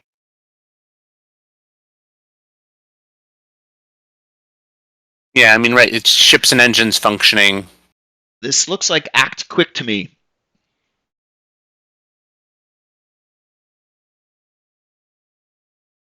Negotiate through danger towards a goal. Yeah, Yeah, I act can quick. see that. Like he might suffer stress by doing it. Or Yeah, it's an engineering related thing, but it's still act. I'm okay with engineering related act quick. Or It's if he not a. fails the roll, it's like 30 minutes. Yeah, well, I see that. I get to do it then. So let's see what the options are. Disadvantage, fine. You left something behind. That's interesting. Push your limits of stress. Yeah, I like that. I think act quick makes the most sense. I will allow a different attribute if you think one's more appropriate. If you would allow the calculating, I would still use my calculating, but I could use select for act quick. So on the Impulse Drive player cheat sheet, calculating says detached critical thought, learning, or reasoning. No, I don't think this is that. I think you're acting fast, so I do think it's a slick. Mhm. Yeah. Yep. Right. It's still engineering, so I get to use my academic talent, but it's act quick, so it's not the normal what it would be I got it. That makes sense. And I don't believe you used engineering before in danger, right? So there's no disadvantages on it. You just turn the shields back on, which was not a roll. So you haven't rolled against Yep. this before, right? Nope, haven't. Okay, so this looks like a normal plus slick roll, modified however you can modify it. How do I roll this? Oh, yeah. On the character sheet, somebody talk them through. On the character sheet, there's under the approaches, there is a button next to each approach number that looks like a D20. Yeah. If you click that, you'll then get a pop-up on the main Roll20 screen. Yep. And you just click accept, Normal. okay, or whatever that Yeah. is. Yeah. Submit, yeah. And we'll modify this by hand. Whoa. Nice. Wow. Hey. What's it like to roll such high numbers like 5? Man, this is my life, buddy. Okay, so you are graceful, swift, or acrobatic, and you do it. So describe what happens, Talon. And I'm going to set a bounds here. It usually takes 15 minutes to start up the ship, and I don't think you're saying you just jam the systems on so you hurt them in a minute. So describe what happens more than a minute, but less than 15 minutes. No, so what he does is instead of doing the full hard reboot, while he does the shutdown, he actually redirects some of the systems. So not everything completely shuts down, just the comm communication shuts down. So he manages to not full need to restart the other system. So he's in like that a half state. So he's able to get it kind of back going quicker. But that's really what he works some artistry on the systems to not bring them all fully down. So he doesn't have to bring them all fully back up. Okay, awesome. So what everybody sees is the ship is back to life. This is the scene. As your communications panels come back into life and you see all of the sensor displays, you once again see that free merchant. It is gateway registered. It is turning away now. It was coming towards you before, but slowly. Now it's turned away and accelerating quickly away back towards the asteroid base. And as you watch, its transponder turns off. Blink, and the signal vanishes from your heads-up display. What do you do? They got what they were looking for. Yeah. Makes sense that they were in the same group or... Yeah. Well, good work, everyone. That's going to come back to haunt us, I'm sure. Well... Not our business, but any idea? Do you know what they were looking for? We've encountered that fighter before on our way out of system. He jumped us, looking for an easy score. We made him limp away, and he was just a pirate, we believe. We gave all the info to the Gateway Republic. I don't know. Question for the Space Master: the camera that was on Mara in a jail cell, is that player knowledge or is that? That is player knowledge, not character knowledge. Ha ha ha. Okay, that's what I thought. Might you have a bad feeling like you would in a movie? Exactly. Yeah, like you feel like something, right? She wasn't around, and you feel like something's up. Like Yeah, something's up. I don't know what. Vikesh. I'll tell you what I think. If you want my input, there's Sure. something else, right? They were right. You got jumped by some guys in the station. There's somebody who wants something more than just they get some data and then they run off. I have a theory that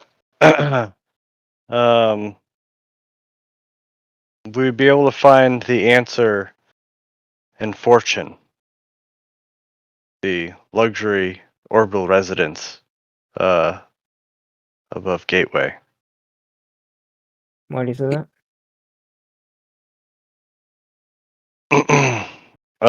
Based off of the files that they may have gathered off of the computer. Hey, Phil, question.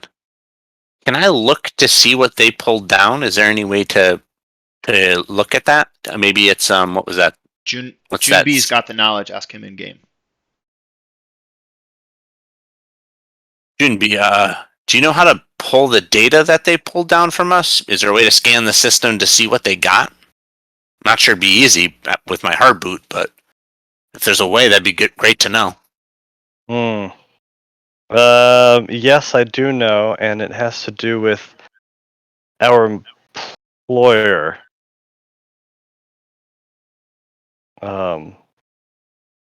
But I am hesitant to divulge the specifics of the information, as she is a I'm friend of mine.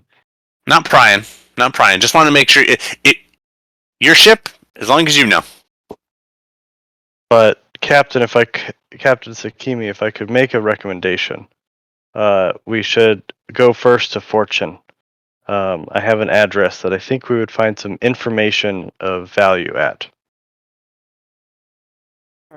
Yeah, this isn't adding up. I think we need to get to the bottom of this, and we still haven't heard from Mara, so not sure if this is connected, but I'll trust your instincts, Jimby. Yeah. Out of curiosity, is this a job or is this personal? A little bit of both. I don't know yet, but it's on the way to Gateway. So we might lose a few hours if that's okay, Vikesh. No, just whatever. I've got nothing to do, but yeah. There should be money in it at the end of this little side adventure. Well, But I think our first place should be Fortune. Right. not a place I've ever wanted to go, but whatever. Mm. Yeah, you might not be able to carry that weapon inside.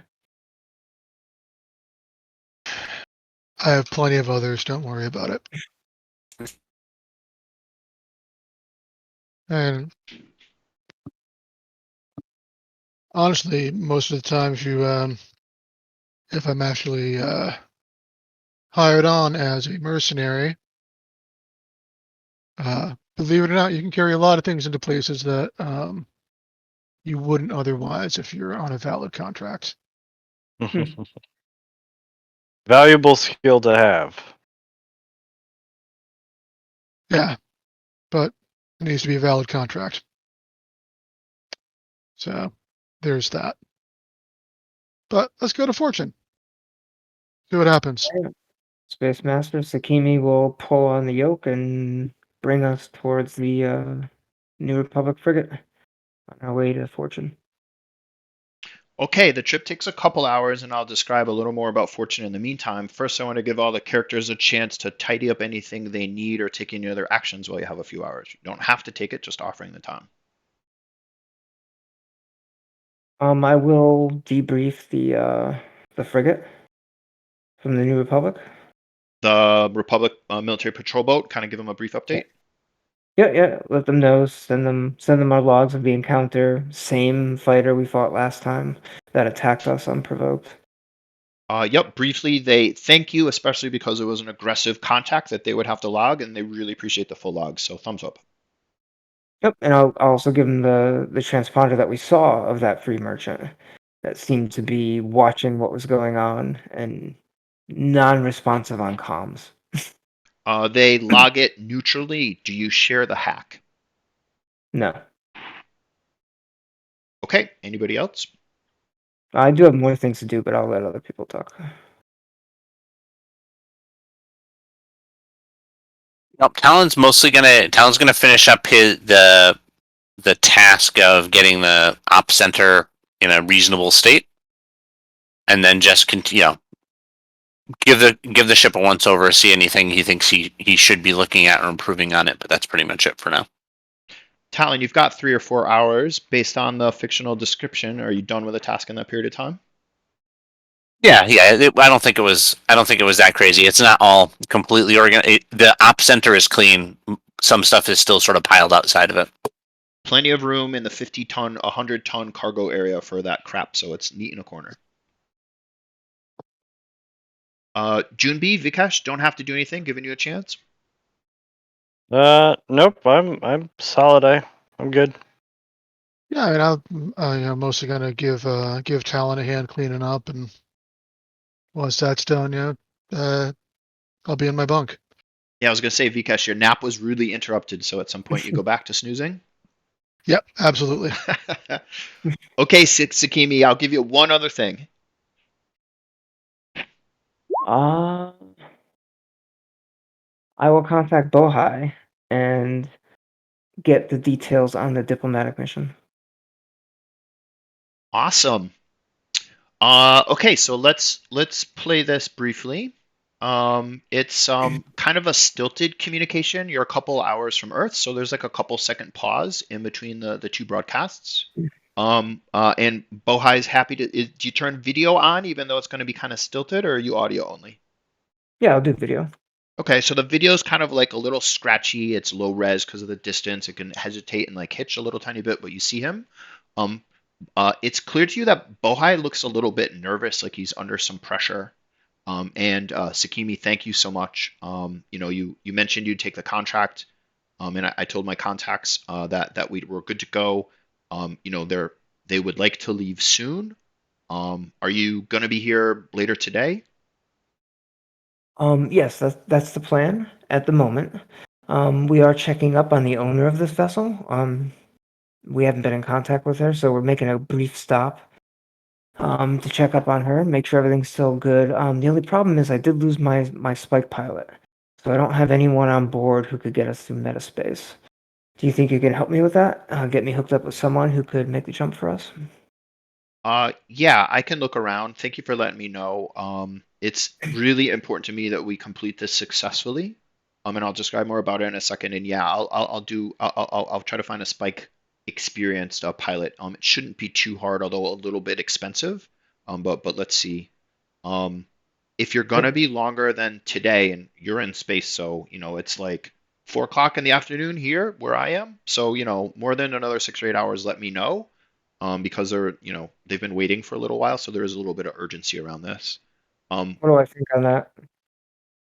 Like, if you're way only an aggressive. hour on Fortune, you'll make that time, no problem. If you're Okay. more than a few hours on Fortune, you may be late. Okay. Great. Perfect. Continue.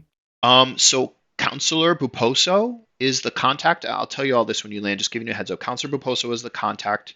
He's a trade delegate. He has a very small, it's way less than a ton of some trade samples that he's going to be bringing. It's a secure case. I didn't ask what was in it. It's not really my place. And he needs to go to Tide. He knows what he's doing. He just needs two things. One, he needs a ship and a crew in order to navigate metaspace in order to get to the Tide system. Two, he just needs some competent people around in case there's any issues along the way. He's not expecting any, but just in case. And I would suggest three, any help with the negotiations kind of off the record would be helpful. I don't know why they're only sending this one counselor in. He looks like he's pretty competent to me. But if you would take your help for anything else, I would definitely offer it. What you need to do is complete the trade mission and get back to Tide. I'm sorry, get back to Gateway. And yes, the Gateway consulate has authorized a payment for this, so we can talk about that in more detail later. All right. Do you have a registration number in case I take on a mercenary for this? To charge against? To register the activity. That's all. Oh yeah, sure. So this is all official Gateway economic consulate business. So sure. Just I'll transmit the codes. Perfect. Great. Then I will see you sometime tonight. He kind of just looks around a little bit. Again, he's just a little nervous about something. He goes, "Okay, great, thanks. See you soon. Please hurry." All right. I'll cut the communication. Okay, Fortune is a very large, free spinning white spindle. I don't have a picture, but imagine anything from like 2001 Space Odyssey or anything like that. It is a ultra high class luxury orbital. Um, all sorts of rich and famous people are rumored to, if not live full time on it, at least go there sometimes on holiday or have additional homes. It's like a billionaires club, so it's really quite secretive. None of you have ever been there before. Maybe I'll allow Talon to know a little bit more about it, but if he tells me, but it's definitely a place that is A, super high security, B, you only can go there if you have a reason to go there, like there is no tourist facility, and C is going to be very thorough on things like checking IDs and everything else. Talon, you're one of the two high class people on board, Junbi being the other. Talon, have you heard anything else about this ultra luxury residential orbital? Um, yeah. So from a there's just there is while there isn't a sort of tourist scene. There is sort of there are a fair number of like underground clubs and that sort of thing that the locals use, and from a so there is an entertainment scene that you can potentially get access to, which isn't it's largely somewhat sanctioned, but if you needed to get into the underbelly, there is one. And I might have had a friend or two who'd mentioned, some places to get into contact with that when they were here at a point in time in the past, if any of that's still together. So not some place that Talon's been himself, but some place that Talon has heard of. Yeah, friends had been here before. All right, Junbi, you hang out with a rich crowd yourself, although I think we've established it's not you yourself who's rich. Have you heard anything about Fortune? Yeah, I kind of run in the same crowds as Talon, so I know that what he's referring to here is called the Dead Bays, and it's a section of Fortune that was declared uninhabitable due to some sort of radioactive biological breach, but really that was just a territory transaction between a local crime lord and the owner of Fortune. And the Dead Bays is where all the underground clubs, all the drugs, all the illegal fights go on at.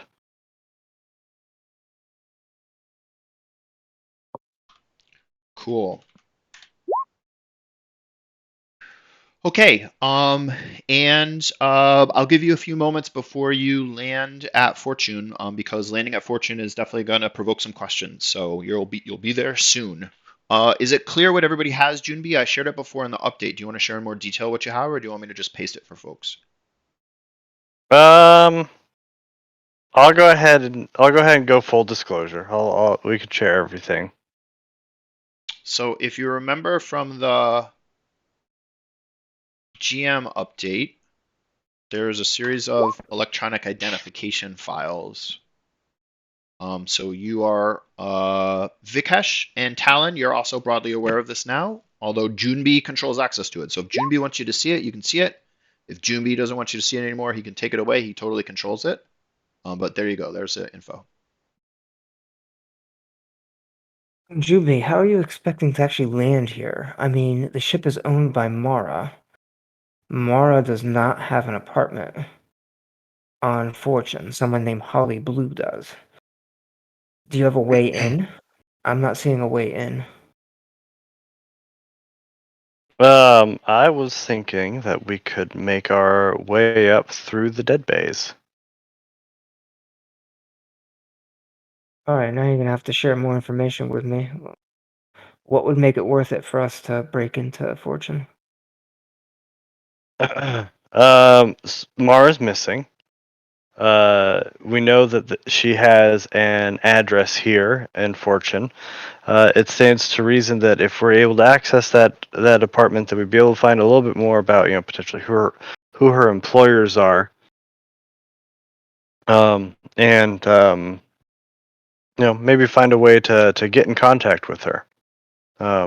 I think that's especially relevant since these are actually the files that the free merchant just took off of our ship.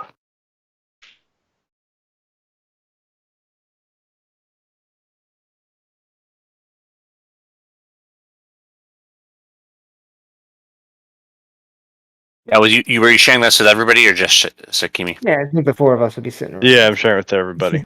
Okay. So that doesn't really change the fact that we have to get onto Fortune, and we don't have legitimate business there. Yeah, I don't think we do. Unless we can prove that, I don't even know if that would do it. I don't know how we can get onto Fortune without breaking the law, which I'm not ready to do at this moment. What if? So we're looking. there is somebody who's supposed to be here, right? Do we think she's actually here? No, we don't. No. Oh, because you could make the argument you were picking her up or something like that too. Um, They would probably call her apartment and there would be no answer if we even got to that step. yeah. She That's why hasn't I was returned thinking to that the we should go up through the dead bays. Find our way through the Undercity. I'm sure we can find somebody there who will be able to get us the rest of the way. I'm just not seeing. How you get the, yeah, I'm okay with it, right? I get the once you get down, if you can get out, yeah, you can probably get around a bit. But what's your Yeah, reason for landing, right? Because they're gonna stop us at security, right? I would like to use. I guess can I? I would like to maybe use the scanning. Uh, Scope it out again to see if there are any pirate docks that we could land the Harsh Mistress at. Well, you can scan a station, which you get advantage for. You're further out, so not yet. Plan more. The one thing I'll say is, you have to have a reason to dock with Fortune. There is no pirate activity. If there is an underground entertainment district, and it sounds like there very well might be, it is definitely something that the ultra wealthy and high class use, and occasionally their hoodie friends. Their hoodie friends are not rolling up in any old space ship. I see. Yeah, there might be a criminal element feeding it, but it all comes under semi-legitimate or legitimate reasoning. We're a little too low class. Okay. Well, we're not too low class. We just don't have. We don't have an inn. We don't have a bribe. We don't have an extort. Yeah, we're basically rolling up onto an ultra luxury Hotel and trying to get in. autonomous enclave. And you've got an ID for the hotel. So that electronic identification file is, for all practical purposes, except if they actually look at you, that is Holly Blue. So that is her full digital reality. So when presented, that will always appear to be Holly Blue, at least remotely. So you've got a pass to the hotel. Oh, we have a pass. Oh, Okay. that changes some calculus. How close does Sakimi look to Holly Blue? Okay, we got some hair dye on hand. I still say I can work up some hair dye. That wouldn't be a problem. I'm just struggling with what we're gonna get from this Junbi. Like, we could go there, we could get into her apartment, but we might not find anything of use. And then we've risked. But what have we really risked? Right? They'll kick us out. Yeah, arrest us. Um, They'll detain us for some period of time. I don't know how long they'll detain us, but okay. Yeah, I mean, I could see 3 to 5 breaking and entering. I could see quietly pushed out an airlock. There's quite a range of things that could happen in that type of place. Mm. I mean, Here's my thought, Junbi. these are people who can buy illegal pit fights. Yeah, And I'm do. not. Mara's still not super late. I don't even know if she's late yet. She still has another day or two before she's late. Yeah, that's right. I say we Oh. take care of the mission that we've been contracted for. And then when we get back, if she's still not here, I might be more willing to do something like that. But even then, I'm not sure. That's quite the risk. Maybe we can find out where she is with other means, more, mundane means like talking to contacts and other people in the system. I don't get to interrupt, but I do get to show the camera, right? The camera cuts away. The scene is the interior of a different free merchant. They all look kind of similar. This one's really dark. It's zoomed into a console, and there's fingers. You can't see the person, but there's fingers tapping across the console. and a lot of data flashes up on the screen, including a full text readout exactly like you have. So Holly Blue identification is scrolling slowly, Han Kali identification scrolling slowly, Bevik Para identification scrolling slowly, and then the person like taps their fingers a couple times on the console, points to somebody else you can't see off screen, and then the camera goes dark. Mm. But I don't know that. No, it's that bad sort of feeling, right? It's that you don't know that, but it sort of pushes. I feel a gentle push. Yeah, And it's the movie thing, right? It's I am not doing anything but giving data. I am not implying any choices or actions. I want to know what Mara is connected to. I believe that there is something. I think there's a lot more that's going on underneath the surface if we just followed this data trail. That could play out in our favor in the long run. Can I ask you a question? Maybe a couple of questions. Of course. When was the last time maintenance was done on this ship? When was the last time you put food in the locker? It was recently refreshed after it landed from a lucrative payment. Is it down a maintenance tick or is it good? It is at the first of 4, so it's just down one little tick. Yeah, it needs a maintenance run through, but it's in. I'd be okay flying it, but I'd want to do maintenance at least after the next one. That's correct. Is this contract you got going to hold Sakimi? No, I need to get there tonight. Oh, then All right.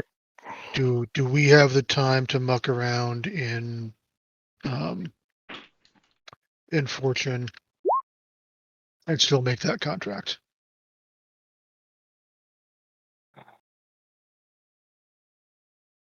Possibly. If everything goes smoothly. Which it really does. or do you do the Or- contract and we see if we can come up with some way to get onto Fortune? I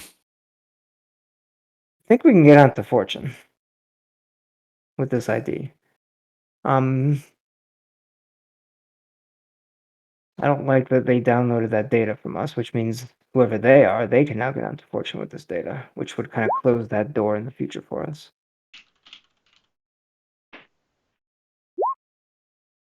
So I'm What if? gonna honor the contract we agreed to, and we're gonna head to Gateway. I'll acquiesce to your decision with maybe one request compromise. Could Really? you pretend to be Mara, connect with the hotel, and request a direct link to your data banks there for just a quick moment because you need to extract some work, but you don't have time to dock. That's interesting, June B. I could also have him lock down my suite. Well, here's one. If you're really thinking that, or if you want to shut down that path to her apartment, you could pull the data down and then say you're worried that your identity was stolen or something, which will then, flag up anyone else who comes and tries to use it. Mm-hmm. Would you be willing to accept that compromise, Daimo? Is this really what life is like out here, Junbi? Constant lies?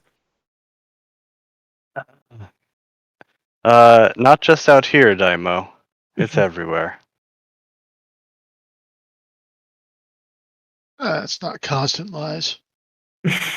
Seems that way. Yeah. That guy with the wrench wasn't lying to you. Oh, they never told me who they were working for. No, Yeah, I that got ship you blew up wasn't lying to you. I get the sense that Mara needs our help. I'll do this for her. All right, Talon. This hurts me, but do you have anything that can darken my hair a little bit? Oh, sure, we can make something up for you, no problem. Can use some cobalt. Can use some. It's not my. I mean, obviously, hair dye specialist is my background, but I've done enough chemistry. May as well give them no reason to question us. Thank you, Daimo. I won't forget this. No, Jumbi, that was a good idea. I like that. That solves a lot of our problems without putting us in a compromising position. Smart thinking. Appreciate it. All right, that's our plan, Space Master. We will dye some hair blue. All right. And I got to see the first part of this. So, who is doing the dyeing? Oh, that's me. All right. Where on the ship are you doing this? Just so we can have a background image. would be Ooh, the where best would place, the like the kitchen sink? Yeah, the Oh, kitchen. That's exactly what I was thinking. The mess, because if I make a mess in the mess, it won't be as bad. So yeah, wherever wherever you'd clean the dishes, just because we'd have the biggest sink and that sort of. Junbi, this is your suggestion. Are you watching? Yes, I am. And Vikesh, this is a strange occurrence. Are you participating or are you shrugging this off? I am watching, occasionally chuckling at Sakimi's obvious vague dismay and discomfort, and basically quietly noting how humans are crazy. So Mara's look has been well established. She's on Trello as the archetypical human, or there's another picture. Oh, here's another picture of her. Oh my God, I can't track it. Oh, I'm on the wrong side. Here's another picture of her as well. I can talk and click at the same time, right? Maybe. There we go. So I'll put her next to Sakimi over here. Mara has a bob, a short, angular, modern style haircut. Sakimi has always had long, flowing hair. Are you cutting Sakimi's hair? No, we can just put like a ponytail in the back. It's fine. That'll be easy to hide. Or tuck it under the garment in the back. Nah, I should definitely cut your hair. That's a hard no. No one is cutting the Daimo's hair. Talon, I believe you're in control. We'll just linger on this for a moment. How are you dyeing her hair?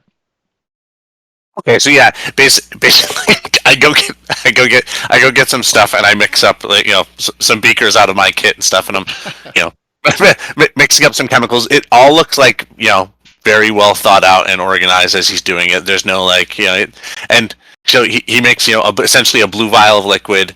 He then sort of goes through and you almost look like he's seen somebody getting their hair dressed, their hair done at a hairdresser before. Because he's sort of like he gets the idea, right? Like he's seen it before. He's sort of like you take a clump of hair, you dye it, you wrap it, you So it looks like he's seen it before, but obviously he's no hairdresser. But it's all a very sort of orderly, methodical sort of. You might not feel completely comfortable, but you're not as scared as you could be. After you wet her hair and her head's in the sink and everything, but before you run the comb through it with the dye, Sakimi looks at Talon and says, "Just to be clear, if you damage the hair, we might have words." This should be relatively. I put enough moisturizer and stuff in there. I think we should be good. All right, go ahead. Talon, have you done this before, or have you watched it be done? And if you watched it, who was getting their hair dyed? I watched it be done. It was I had an ex-girlfriend who got her hair dyed all the time. So I ended up, not that I was always there, but I was there often. But I was there often enough, so I've sort of seen it, and I know the chemicals, but I never actually did it myself. Talon, roll 2d6. Can I assist? It seems reasonable enough to me that being part of a polycule, I've likely seen my other partners dye their hair countless times. Describe it, Junbi. How would you like Describe to my assist? assisting. I will be assisting with basically holding the sheets of like tin foil that keeps the die together uh, out of the way, so that way um, uh, Talon doesn't have to continually like hold things while he's going through the process. Like he doesn't have to juggle it. I'm just the assistant. Okay, Talon, you get a +1 on your roll. No attributes. This is just a luck. So paste the /, not the single quote. I'm just gonna. Oh, okay. I'm just gonna roll into it. Yeah, just like you would in D&D. Yep. That, Oh yeah. it still looks like, two fashionistas with a chemistry set. Whoa, Hey, perfect. It's fucking perfect. Oh, a 6 would have been great. I have to find some bald pictures. So we fast forward to Sakimi coming out of her cabin, having styled her hair, and her hair is a radiant blue color, and she's tucked it up neatly so it looks like it's chin length. Sakimi, what's the look on your face? Uncomfortable. Just kind of eyes darting and like just discomfort. Looking good, Cap. you're nailing Mars look. Yeah, about that, Jimby. Can you just scramble the video comm just a little bit, make it a little scratchy? That way they can't make out they'll still be able to see that it's me, but if it's a little scratchy, maybe it'll help us out. Yes, ma'am. Thanks, Talon. It actually it it feels fine. No, it's good. I think the color stuck well. It'll come out after a while because it's not a permanent dye. But yeah, no, I'm pretty happy with it. Sakimi, where are you placing the call from? I assume the bridge? Yeah. Um. Bridge neutral background. I mean, Yeah, the let's bridge think is it. pretty Let's think it neutral.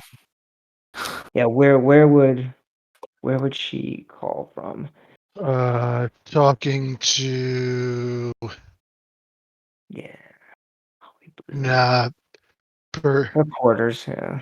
personal cabin, something luxurious. We still can't get into her cabin, right, Jimby?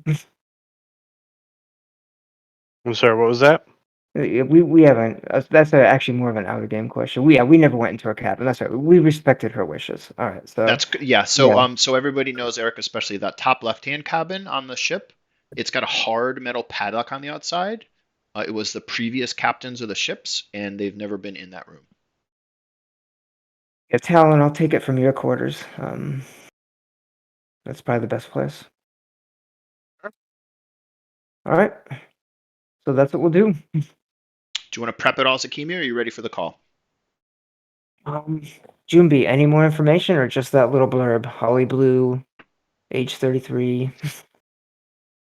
Her address in here as well. The ID should do most of it. I think the less that you give them, the better, so that way they can't stick anything to you. Mm-hmm. And as far as what to ask for, just say you need a direct line to your apartment, so that way you can sorry, let me think of this as a plan. Do we just want to say that we just downloading some, like you're updating your local databases, so you need a data line to your apartment. Yes. And Yeah. I don't think we want to say anything about a leaked identity. I don't know. What do you guys think? I'll One, change the security code. don't give them a reason for what you're doing. They're the hired help. You need a connection to your line. You need a connection to your system. Period. All right. Why don't you hang out here with me, Jumbi? Because maybe we can lock down that apartment once we get the connection established. And we Okay. just won't ask them for anything if we don't need it. We'll just Yeah. get. I agree, Vikesh. I'll just get the connection established, and we'll see what we can do. All right.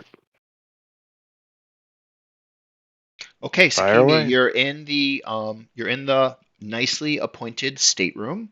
You recall this fondly, perhaps with a twinge of remorse. This is where you used to sleep, but also Tarakai, your manservant, slept here with you, and he unfortunately passed away under the weight of all of the alien worms ripping him to shreds. Um, you're sat at that little desk, and everybody's out of camera.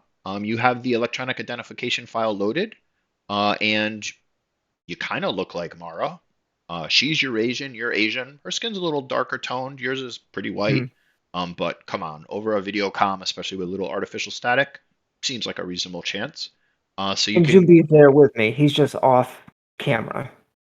cool, and like Not fi off the game camera, off the in-game camera. figure figures fingers on the keyboard.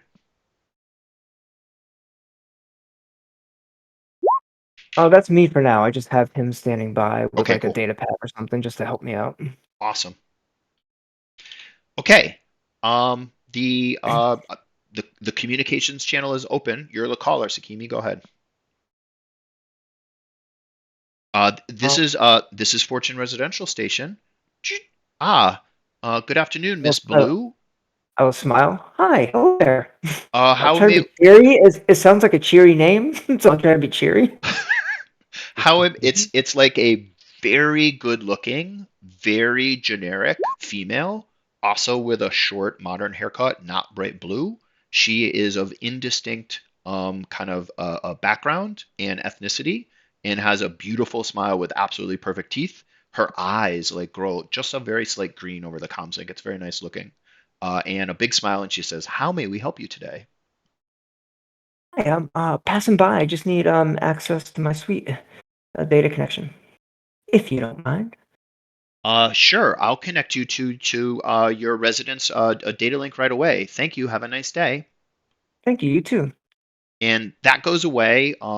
If you were fully checked in, you'd get like a holographic display. This is just like a flat 2D, and essentially you see your room represented as, or you see a room. It's like a very big luxury apartment, not a full house, just an apartment, multiple rooms.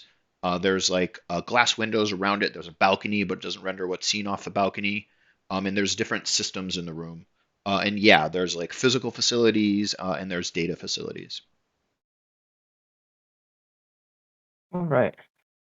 So yeah, so Jimby, what can you do? Can we obviously we can download or whatever we can, and we'll pursue that, but can we like rotate the security codes so like if this like only this ident that we're using will get in again, or I'm not sure how all that works. For like 60 Well, let's seconds. deal with one thing at a time. Can I wait 10 And I minutes? think we should just focus on Somebody's talking to me. ripping I'm trying as to listen. much data out of here as we can. Including So, security footage. Maybe there's some clue, like if I'm Julia coming, is babe. One late for minute. a bad reason, maybe there's a clue to that. yeah. So, I mean, any storage whatsoever, I want to rip it. I don't care how mundane it is. If it's the alert log of her refrigerator telling her that she needs to buy more Dasani, I want the log of that. I think the Space Master went AFK.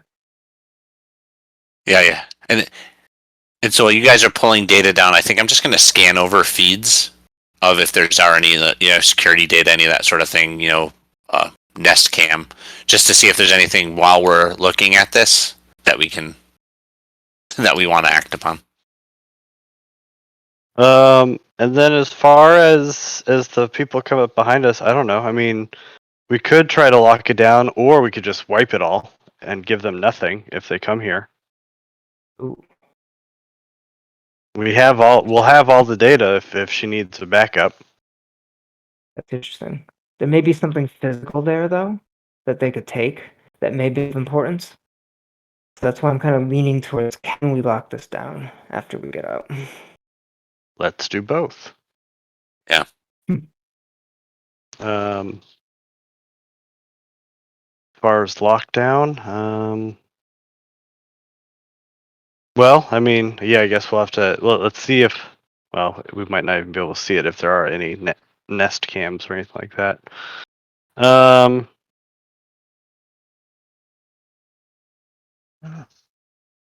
Any clever ways that we can make it so that way it locks down for the next people, besides just literally locking it down? I have to ask the Space Master when he returns.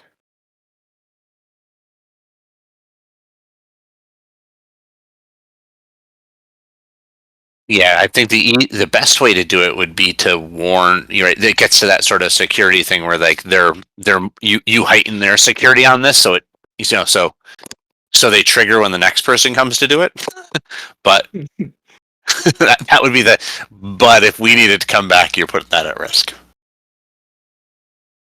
Yeah. Well, I mean, we'd know how we did it, Yeah, right? yeah. So right, we'd have a better chance of getting through it than they did because we knew what we said. But I would just hate to leave a paper like a paper trail, an admin paper trail, in case somebody more official comes looking and they're like, oh yes, the harsh mistress at this transponder frequency said to shut down all these systems. But I guess the ship is a known quantity at this point. We should really change the transponder out. Ship. As I recall, that's very expensive and highly illegal. yeah, it can be done. I mean, especially if you had another ship, like you salvaged another one, you can do that. But yeah, And I'm it's not back. the easiest thing in the world. Sorry, back. No problem. We're going to first start off by ripping just everything and analyzing it later. Okay, so there's two types of data here. There's systems. There's like physical access stuff, and there's the electronic stuff. So the physical access stuff is like doors, locks, lights. Imagine you can remotely control the house. And that'll have some data, like when stuff has been turned on and off, but it's not like super interesting. So yes, you can download that.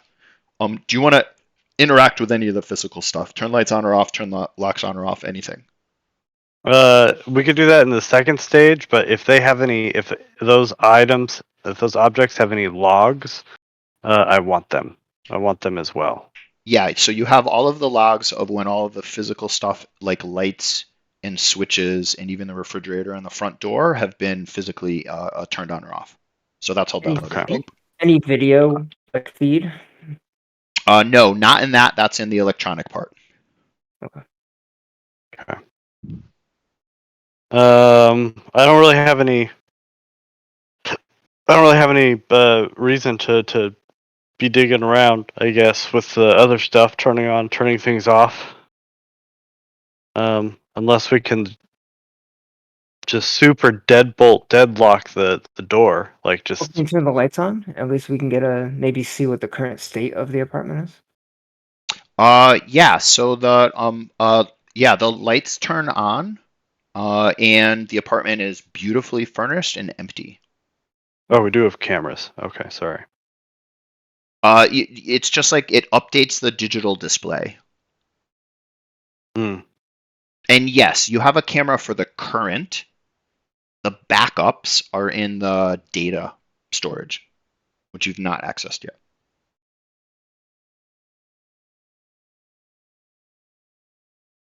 Okay. And sure, you could lock the door. Anyone with the same access would unlock the door, but the door's already locked. I mean, I want to lock the door and then break the locks. That way, whoever comes after us would have to have a good technical skill to get through it. You can't do that remotely. Bummer. Not even okay. I can't even corrupt the system. Okay. Sure, I mean you can try to corrupt the system. The fortune system itself is gonna interpret that as an attack, and that may have other consequences. Okay. Never mind. Never mind. And then there's the whole data system. The data system is very straightforward. When you start to interrogate it, it asks you for something very simple. May we have your additional identification, multi-factor token, please? Oh, son of a bitch. Gotta dye my hair blue for nothing. One moment. Hey, Talon. Yeah. Actually, I checked the ship. Did the ship report any dual factor authentication tokens? Did she have anything paired with the ship? No. Okay. I can go break into a room if you want. 100%. Go break into that room. Okay. Yeah, I think it's That's my time. boy growing up. Alan sees a problem. This is very straightforward. There's a big old fashioned physical lock on a nice interior door. It is easy to break it and force your way in if that's what you want to do. Yep, that's what I want to do. Inside of that room is another nice stateroom that's also tastefully appointed, a bit more lived in. There's some stuff in here I'll describe later, but I will tell you about two things. One is there's a suit of battle armor in the corner, like very high tech, very solid, very modern, like military combat armor. That's super rare. And number two is after a little bit of digging around, yep, there's a two-factor token. I grab the token and run back and give a look back at that armor. Damn. I don't know who she is. I hand Junmi the token. It's great news. I'm doing all this on my tablet. So I'm punching the code into the tablet as I am picking up my bag and moving into Mara's room.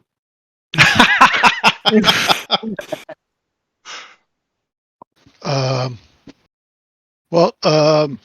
you're gonna come across me picking up some armor and like walking out of the room with it. I don't even give you a second look. All right. Okay. It's easy to engage the additional physical token, and you are now fully authorized into the digital systems. Great. All right. I start ripping all that stuff. Okay, after a brief moment we won't describe now, you download all of the systems data as well. So all of the electronic data that was in that luxury apartment is now on your ship. Great. The only thing I was going to try to do is I was going to give a scan of the data just at the same time, right? Knowing that we'll need to do a more thorough one, but just to see if there was any disturbances on video cameras or anything like that that I could pick out kind of quickly, just in case there's any action we want to take on it now before we get to fully digest the data. It's a lot of data, and there's definitely activity, but it's subtle. Nothing jumps out straight away as being urgent or violent. Gotcha. Okay. Cool. No blood stains or signs of a struggle or anything like that. Cool.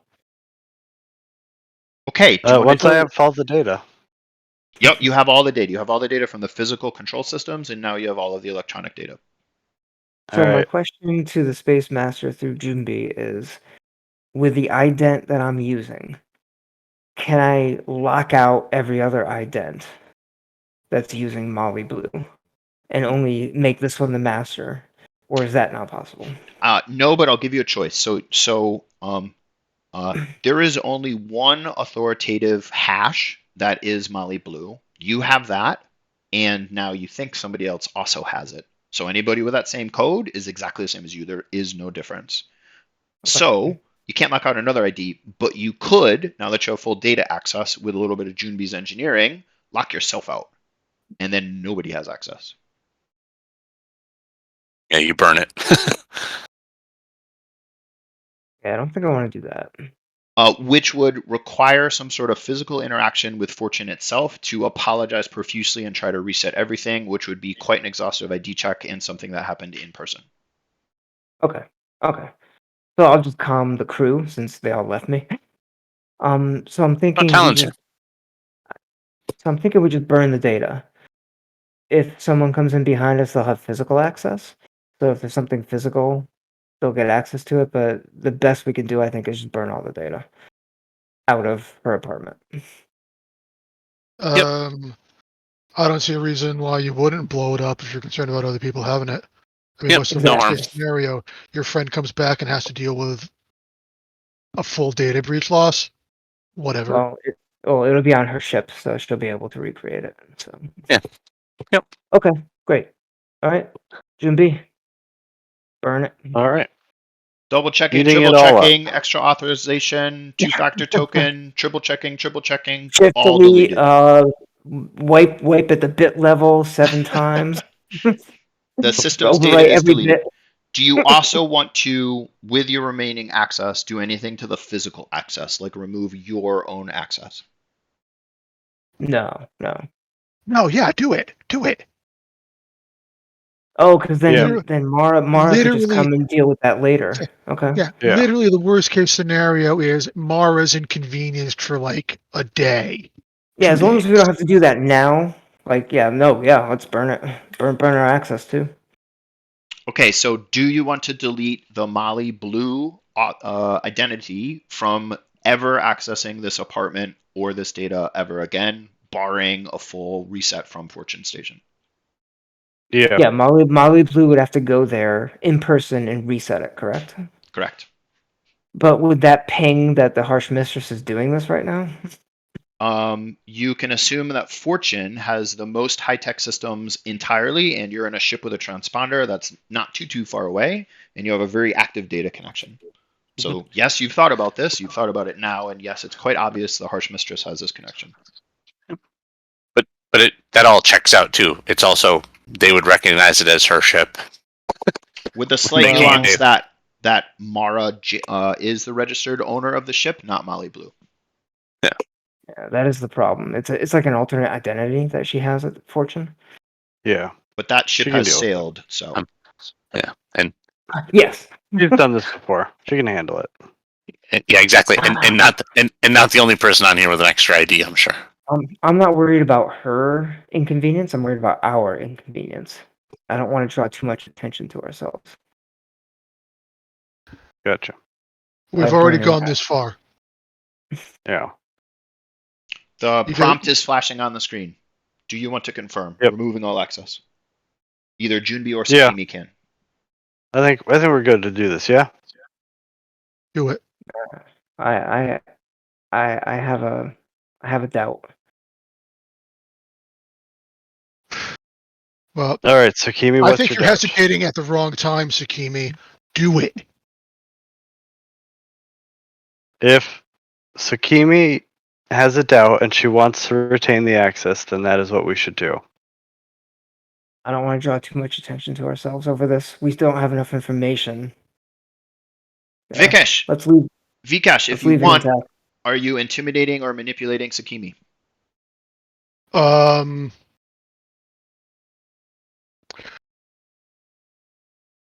I don't like to answer that question. I don't want to answer that question because I don't personally believe that character skills should involve making players react.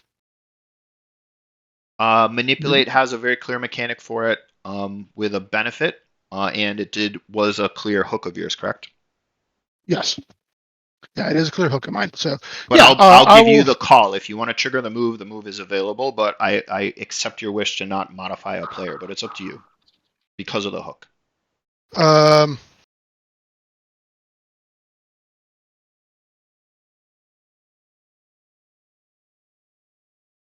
Oh, it actually does have rules for against PCs. Look at that. Yep. yeah.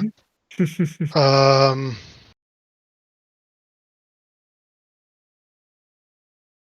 To be clear, it's manipulate. okay. Yeah, I will. I will try to manipulate because the worst case scenario is it flips back onto me. The best case scenario is I'm giving Matt XP. That's right. You So do- roll plus You slick. do roll. You roll with disadvantage because it's a hook engagement. That's right. So it's Correct. yep, slick -1.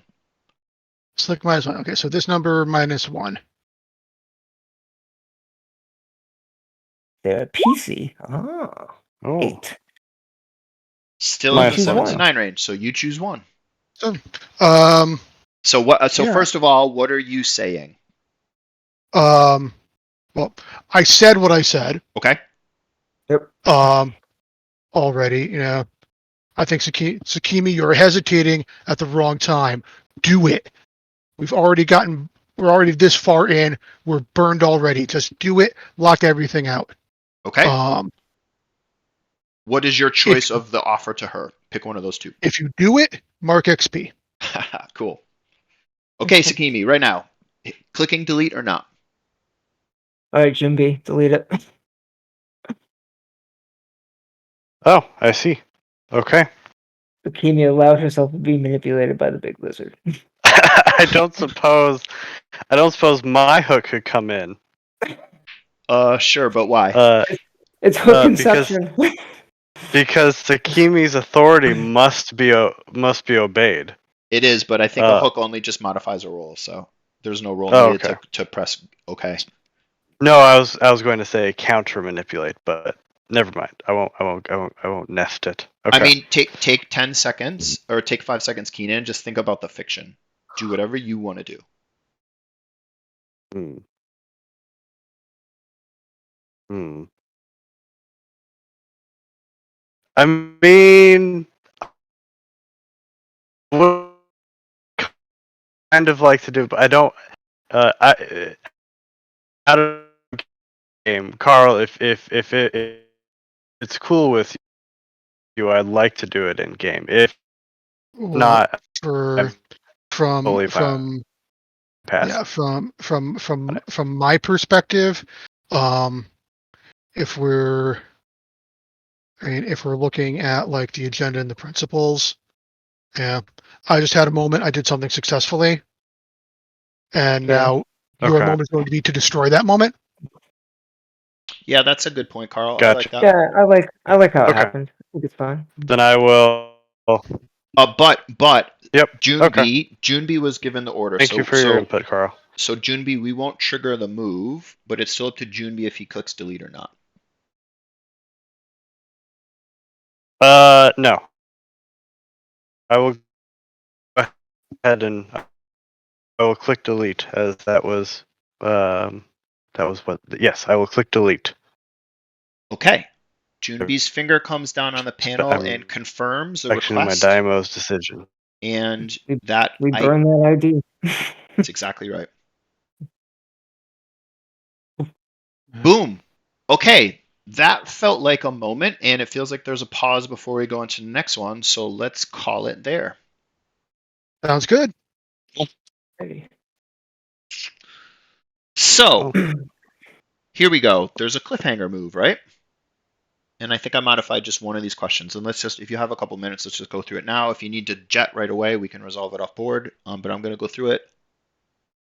So 1 XP is eligible if any of your hooks were triggered, and the table has to agree. So we'll go one by one. Sakimi, did any of your hooks trigger? Actually impacted events of the character. So I'd say it would have had to come up already. I don't think so, no. Okay, no problem. Vikesh? Yes, it just did.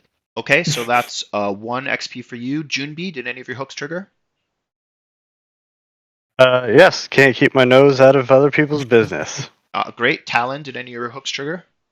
No, I don't think so. Okay, that's interesting. So there's a clear mechanical incentive to trigger your hook, which helps you roleplay and gives you a trickier roll. So that's interesting. We can play with hooks later. I've got on the Trello a very slightly modified list. So I'm looking at that. Okay. So yep, that one's done. So did you complete a mission or contract? I think no. No. Did you overcome a dangerous obstacle? Notification. Yep, go ahead. If we say yes to that hook thing, do we get an experience now for that? Yeah, you. Yes, that's Is that correct. what we were? Great. Okay. Sorry. So if your hook impacted the game or a character during play, then you get an XP for that now. Great. Okay. Note, you also got XP every time you rolled 6-. Okay, next. A team completed a mission or contract. I would say no, correct? Correct. Okay, did you overcome a dangerous obstacle or did you explore a new and mysterious location? We did overcome some dangerous obstacles and both groups Yeah. of thugs and Starch fighters attacking us. I agree. +1 XP for everybody. Mark that. It says advances on the character sheet, which is very confusing. I'll change that later, but mark the XP there. Next, did you learn something new and important about the universe?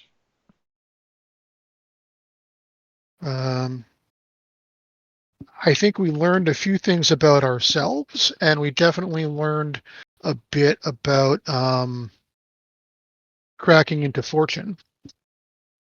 I think it's Whether a that no, because the hook is the learn about yourself, and I feel like the universe is broader, and I don't feel like there was that broader stuff, but I'm open to interpretation. Like, this is obviously the big picture question. Yeah, I don't know if we advanced the story, right? Because that's sort of like advanced the Mm. story, built our overall understanding. Yeah.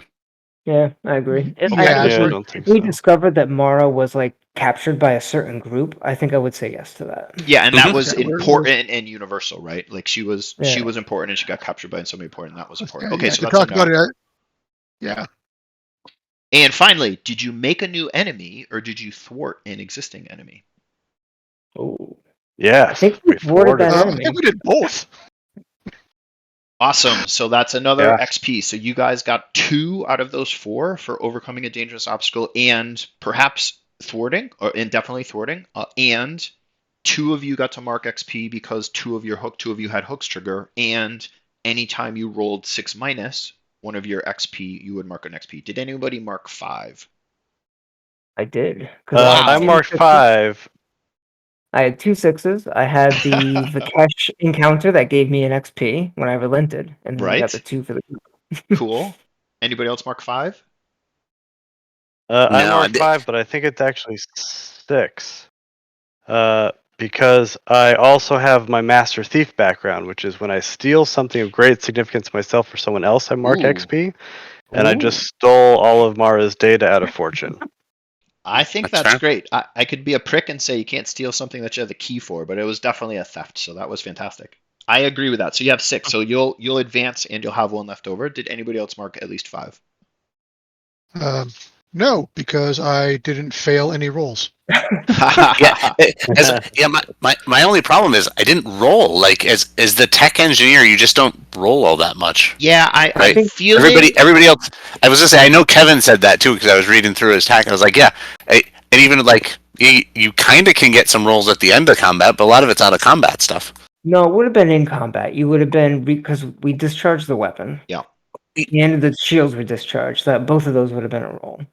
No, they weren't though, because then we killed the ship right then. Because I, because we killed the 2 yeah, quickly. right, except for the fact that we blew the guy up too fast.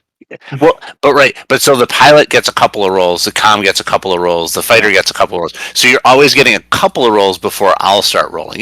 Mind you might get a little bit different there, but It's pretty easy. there's We stick a buff on it, right? Something that encourages people to take the engineering action. So we can look at that. Um, hmm Also, I'm feeling like the fiction, and again, and then we'll stop. I feel like the fiction, like we interacted with technology a lot. So it feels like there's a trigger when you use technology and try to accomplish your goals that has like a subset around how successful that is or not. I'm not sure where it goes yet, but it seems like we do it a lot and it feels like it would trigger something. Okay. And here you go. I'm going to give you the link right now. Oh my gosh. Is this right? Send via link. Okay, here we go. Shorten URL. Here we go. Copy. I will drop it on Discord as well. Can somebody click that really quick and just tell me it says session 7 on the top, please? Yep, it does. Awesome. So there's the survey. Please fill it out as soon as you can. Right now is great, but I will leave you to it. And the sooner I get those, the sooner I get some anonymous feedback. And please keep it anonymous. So thank you very much. I had a great time. Very interested in any of your musing about the systems at any point over the next weeks. I send an invite for 2 weeks from now for the next game. Right on. Cool. Great. Thank you. Thank you, everybody. Good times. Yeah. See you Good guys. times. Later, guys. It was a good Bye. one. You guys.